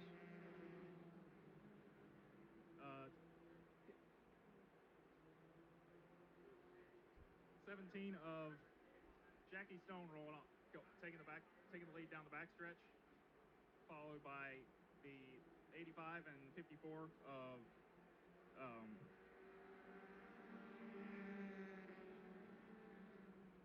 up in that 54H. You know, I'll tell you something interesting about Huck. He's got his own postcards, just like Ryan Newman, just like Burt Myers. He's got his own postcards, so I think it's pretty cool for a front-wheel drive driver to have that. Yeah, I mean, in this area of social media, you've just, whatever division you race, you've got to put yourself out there, Facebook, Twitter, YouTube, whatever it is. Get sponsors, get fans. That's how you advance your way up this ladder in this 21st century. Yep, you definitely do. Again, you vintage car drivers, please be there and please be ready. All you folks on Flow Racing, in case you might have just tuned in, we are in between Hudson and Granite Falls, North Carolina at Tri-County Speedway. Opening race of the 2024 racing season, and this is the second main event of the night. Just finished up the modified race, and a thriller as Ryan Newman took the high road on the outside and picked up the win in that one in that 99 lapper. This is a 25 lapper for the front wheel drive. We'll be back in 2 weeks. No racing next weekend. I'll hopefully be up at Martinsville Speedway next weekend for the truck race on Friday, the Xfinity race on Saturday, and the Cup race on Sunday. Believe it or not, Spence, I won free tickets on the Boss 101.5 in Shelby, North Carolina, the station I listen to every morning. They gave away a gift pack of tickets. I happened to be the lucky winner this week because I knew the right answer to what size the track was, and pretty neat to win 0.533, I believe it is. Yes, okay. Exactly. That's pretty good that you knew the answer too. Good battle for the lead up here. 17 of Jackie Stone getting chased down by the 46 of Jason Garwood. Garwood at the inside in turn 3, gets around him, gets around her, takes the lead, coming down here to complete lap number 7. You know, North Wilkesboro has been back in the news this week, not about the racetrack, but about the grandstand. I don't know if you've seen where the grandstand, they think they found a hidden liquor still underneath there, so that's going to be interesting to see if that holds true or not. But back in the news, North Wilkesboro Speedway again. Who would have ever thought? Yeah, if that's not the most Wilkes County thing you've ever heard of grandstand, moonshine still underneath the grandstand, then I don't know what is. Yeah, old Enoch Staley and my dad used to actually room together back in the day when my dad was a flagman for NASCAR and Enoch drove the pace car. Bill France didn't want to put everybody in an individual room, so you had to have somebody to room with. And Enoch Staley, who owned North Wilkesboro, him and Charlie Combs actually built it. They were roommates back in the day, but a great man, smart man, and it's just so cool that racetrack was able to come back to life after being closed and pretty much give up for dead after so many years. Yeah, absolutely. You know, going from Jamestown to App every week, I drive right past it every week. Up 421, you know, all those years just sitting there rotting away. It ripped at your heart to see Dale Jr., iRacing, everything that they did to bring that place back. It's just one of the best things that's ever happened to racing, you know, since I can remember. This will be 11 complete, and Garwood making it look easy. Jason Garwood, again out of North Wilkesboro, driving a car number 46. He was the fastest in practice. One car slow on the backstretch looks to be the 2 machine. Raina Holland got an issue going on. We'll see if they can get down here to pit road. Yeah, Raina trying. Well, not going to come in this time.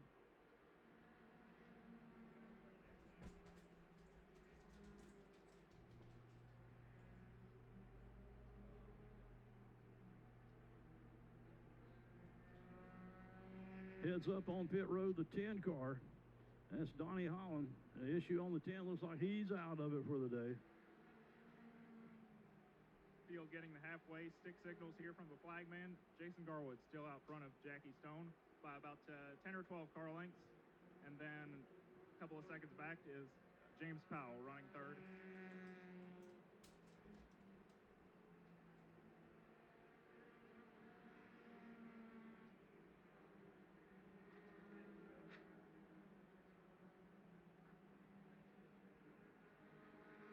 You know, the young man on the flag stand, he's actually from Vermilion, Ohio, but now he lives over in Conover, North Carolina. I think he's 14 years old now. Is that true? Yeah, and actually, 10 laps to go here. Actually, he used to have his flags down here in the grandstand, and a guy brought it to my attention one night. He said, I want you to watch this kid flag one time, how good he is. And I did, and I actually went down and talked to his mother, and I lined it up with the track owners to let him flag one of the races that night. It's kind of like to give the green, the white, and the checkered.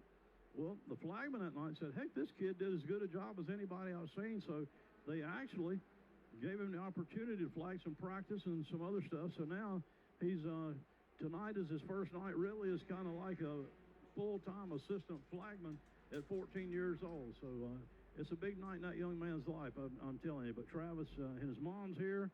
A lot of his family's here. He is probably one of Landon Huffman's biggest fans. Not just him, his mom and parents and all. They're big Landon Huffman fans, and they follow Landon pretty much everywhere he goes. But it's good to see you, just kind of like yourself. It's good to see somebody who's actually 7 years younger than you take enough interest in this thing to be here and want to make a career out of flagging. Well, yeah, it doesn't matter which short track you go to in this country, dirt or asphalt, there's always going to be at least one kid in the grandstands about 5 or 6 years old waving the flag as hard as they can go.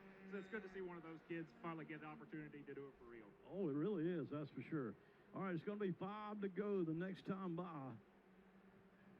And the 5 fingers, Travis going to show them that hand up in the air to your leader, the 46.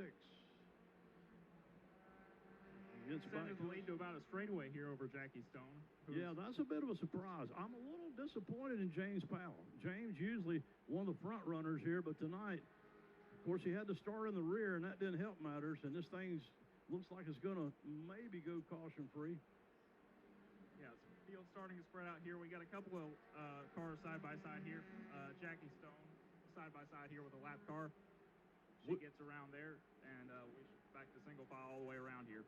We're gonna go down to Victory Lane and interview the winner, you and I are, and give the $100 in bonus money to, as right now as it looks, Garwood, because he's definitely he's pretty much earned it here tonight. 10 car back on the track, a little smoke out of it, and we got a slow car down the back straightaway. It's going to be interesting to see if he can nurse that one back with 3. It'll be 2 laps to go when they come around out of turn. I don't believe he's going to make it.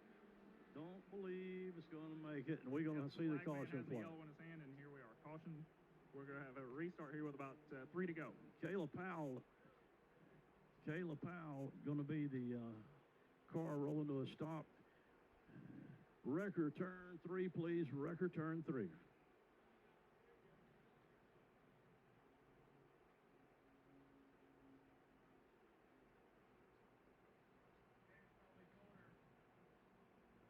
Last call, vintage cars. You should be there. You should be ready. You are next.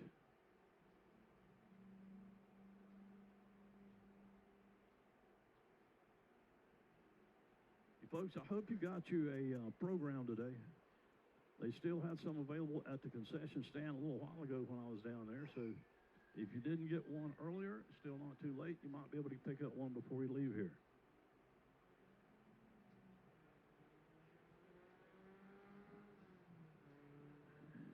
You folks in the pit area between Burt Minor's truck and the 25 truck, I believe it is, trailer, make sure you clear that area because those cars will be coming through the scales. That's the scale road.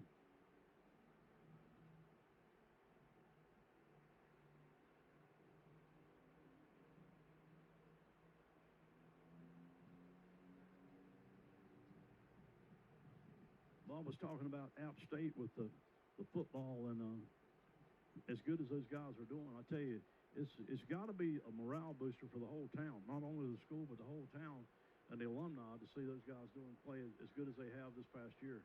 Oh, it absolutely is. Not just football, but basketball even, because, you know, we've always been known as a football school, App State. Right. And, you know, basketball, baseball, those things always came second. But to see the run that the basketball team in particular went on this year, undefeated at home, made a tear through the Sun Belt tournament until they came up short to Arkansas State in the semifinals. It really turned that whole program around this year. You ever heard of sold-out games, you know. I'm going to ask you guys something. Come here a minute. I'm going to ask you guys a little trivia question. You ever heard of that Combs guy that went to college up there? I believe I have, yes. Sure have. Old Luke Combs. Well, I'll tell you what, now old Luke did pretty good for himself, too. I don't know if he finished college or not, but he's darn good for himself, that's for sure. Yeah, he's doing a whole lot better than a lot of the people that did finish college, I'll tell you that. Now, listen, I did get on Ancestry.com, and I'm going to tell you, I am kin to Luke, but I'm not kin to P. Diddy, so don't drag me into that, okay?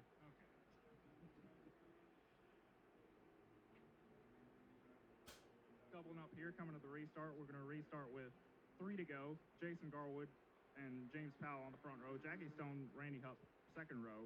Scotty Gosnell, Jonathan Goodwin, Raina Howard, Caleb Powell, Donnie Hall, and Dana Maxwell will round out the field.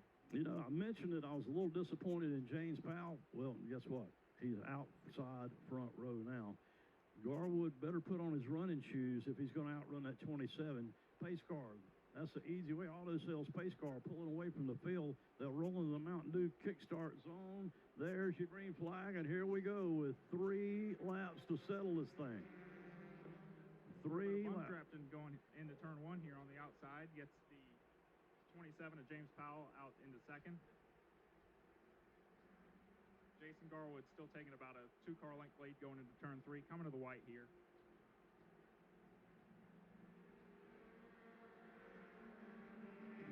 Two to go that time. White flag next time. The 12 car, they got it running again. The leader's going to have to pass that one as they head into turn number 3. Your second place car, Powell, not able to keep up with that 46 here today. And it's one more time around here for Jason Garwood.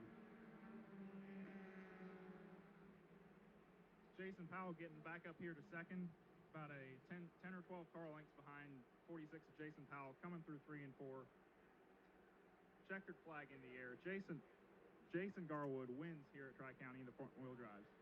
The Sunoco double checkered flags. And Garwood going to carry home that leapfrog bonus bucks.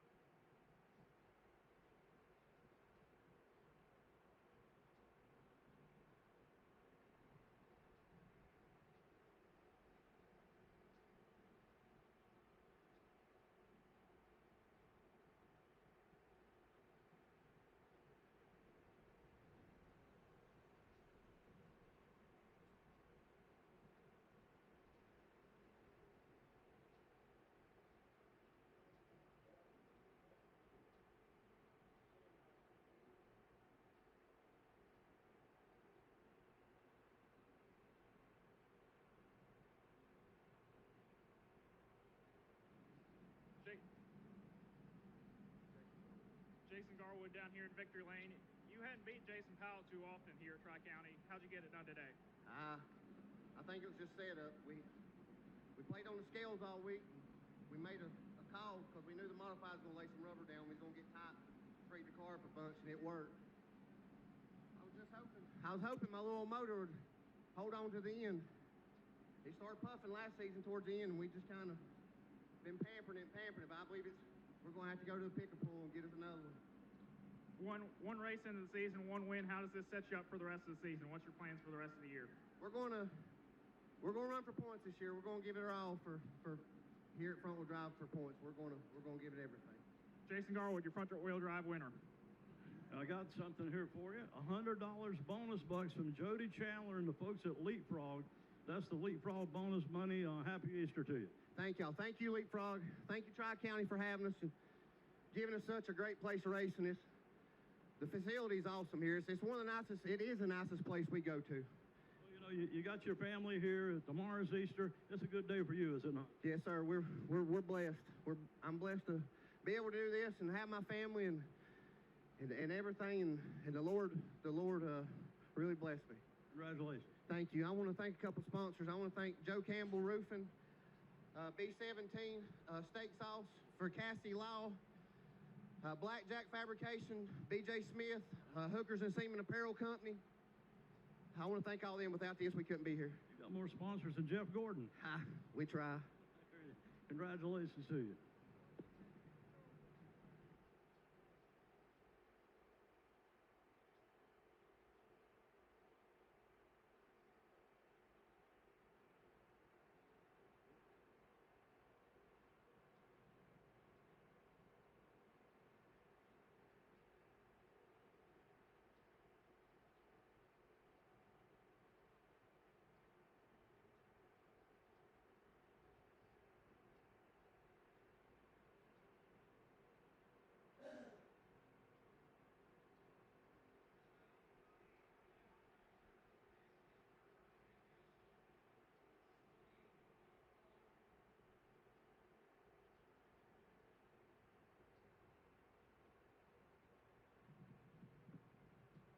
So Garwood wins the front wheel drive, and that'll move us into the vintage car division.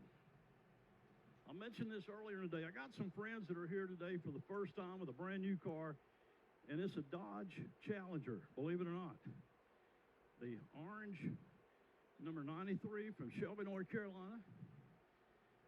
The driver of that car, Ronnie Sewell, Ronnie's actually raced at, good Lord, he raced here when this place was dirt, if you can believe that, back in the day in an Enduro car. And he's also won at Charlotte Motor Speedway back in the old Sportsman Series. Good to have him here. And Michael Fatback McSwain is crew chief today. All right, I'm going to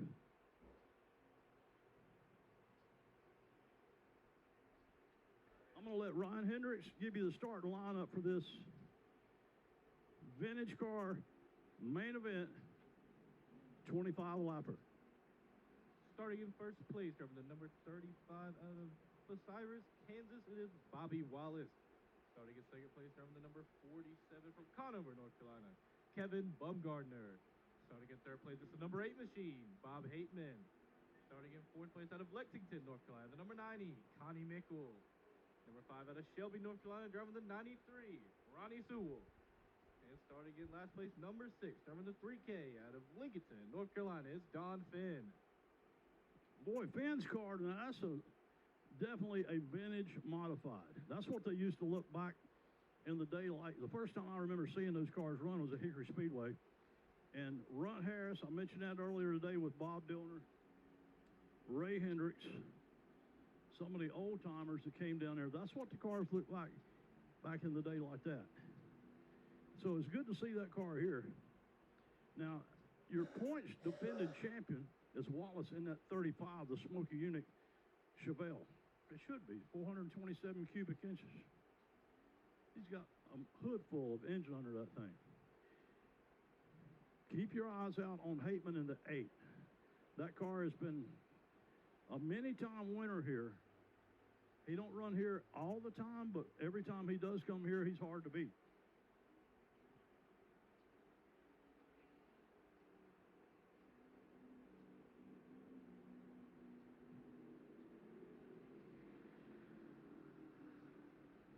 You know, you had to enjoy doing the modified race with Bob, and he was telling me, I didn't even realize this, that you do the football games.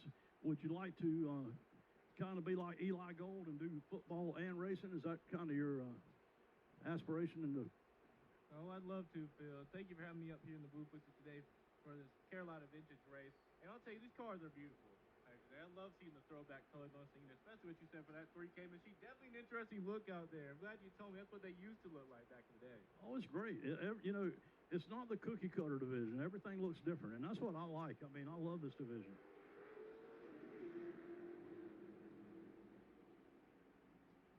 Ronnie Sewell's been a defending track champion down at Cherokee Speedway back in the day, and always been a Mopar man. Now, he's raced Chevrolets in the NASCAR Sportsman Series, but we got us a dandy out of turn 4 here for the lead. Yeah, we sure do. Kevin Bumgarner leads them back to the line, just passing Bobby Walls on the outside. We'll see if he can get him outside of turn 2. It looks like he will clear him coming into the backstretch. A couple gold and black Chevys out front. And here comes that 35 car, your defending points champion, Wallace. Looked like he was going to try to make a run to the inside and couldn't do it. Yeah, Bobby Wallace, wicked fast out there in that 35 machine. Beautiful black and gold out there. Doesn't have anything for Kevin Bumgarner going into turn 3 at the moment, though. Renegade, be ready, you're next. Renegades, be ready, you're next. This is a 25 lapper. It won't take long the way these guys are clicking them off. You know, the Bumgarner car is a throwback, and I think this is so cool that those family colors have been in the Bumgarner family for many, many years over at Hickory Speedway. Kevin Bumgarner decided to do a throwback, and right now, I tell you, he's making his family proud because he's out front, and he's got that car hooked to the ground here on a beautiful Saturday afternoon at Tri-County. He sure is. He is flying. I was just going there, putting everything on the outside. But right now, look inside that number 8 machine, Bob Hateman, working to the inside of Bobby Wallace. Great battle for that second spot as Wallace and Hateman door to door through turns 2. Now, door to door again through 3 and 4. Hateman on the inside, Wallace on the outside the preferred line, but Hateman able to hang with him in that 8 machine. The modified car. That's Finn out of Lincoln, I believe. I think Finn's basically here shaking down that car. If I'm not mistaken, today is the first day that thing has been at the racetrack, and I think he's probably trying to just shake it down, make sure he don't have any oil leaks, anything fall off or break. So I'm sure that thing's got a lot more power in it than he's showing, but he's just trying to feel it out. He's trying to get it around. It's God fed, but a beautiful 3K machine out there.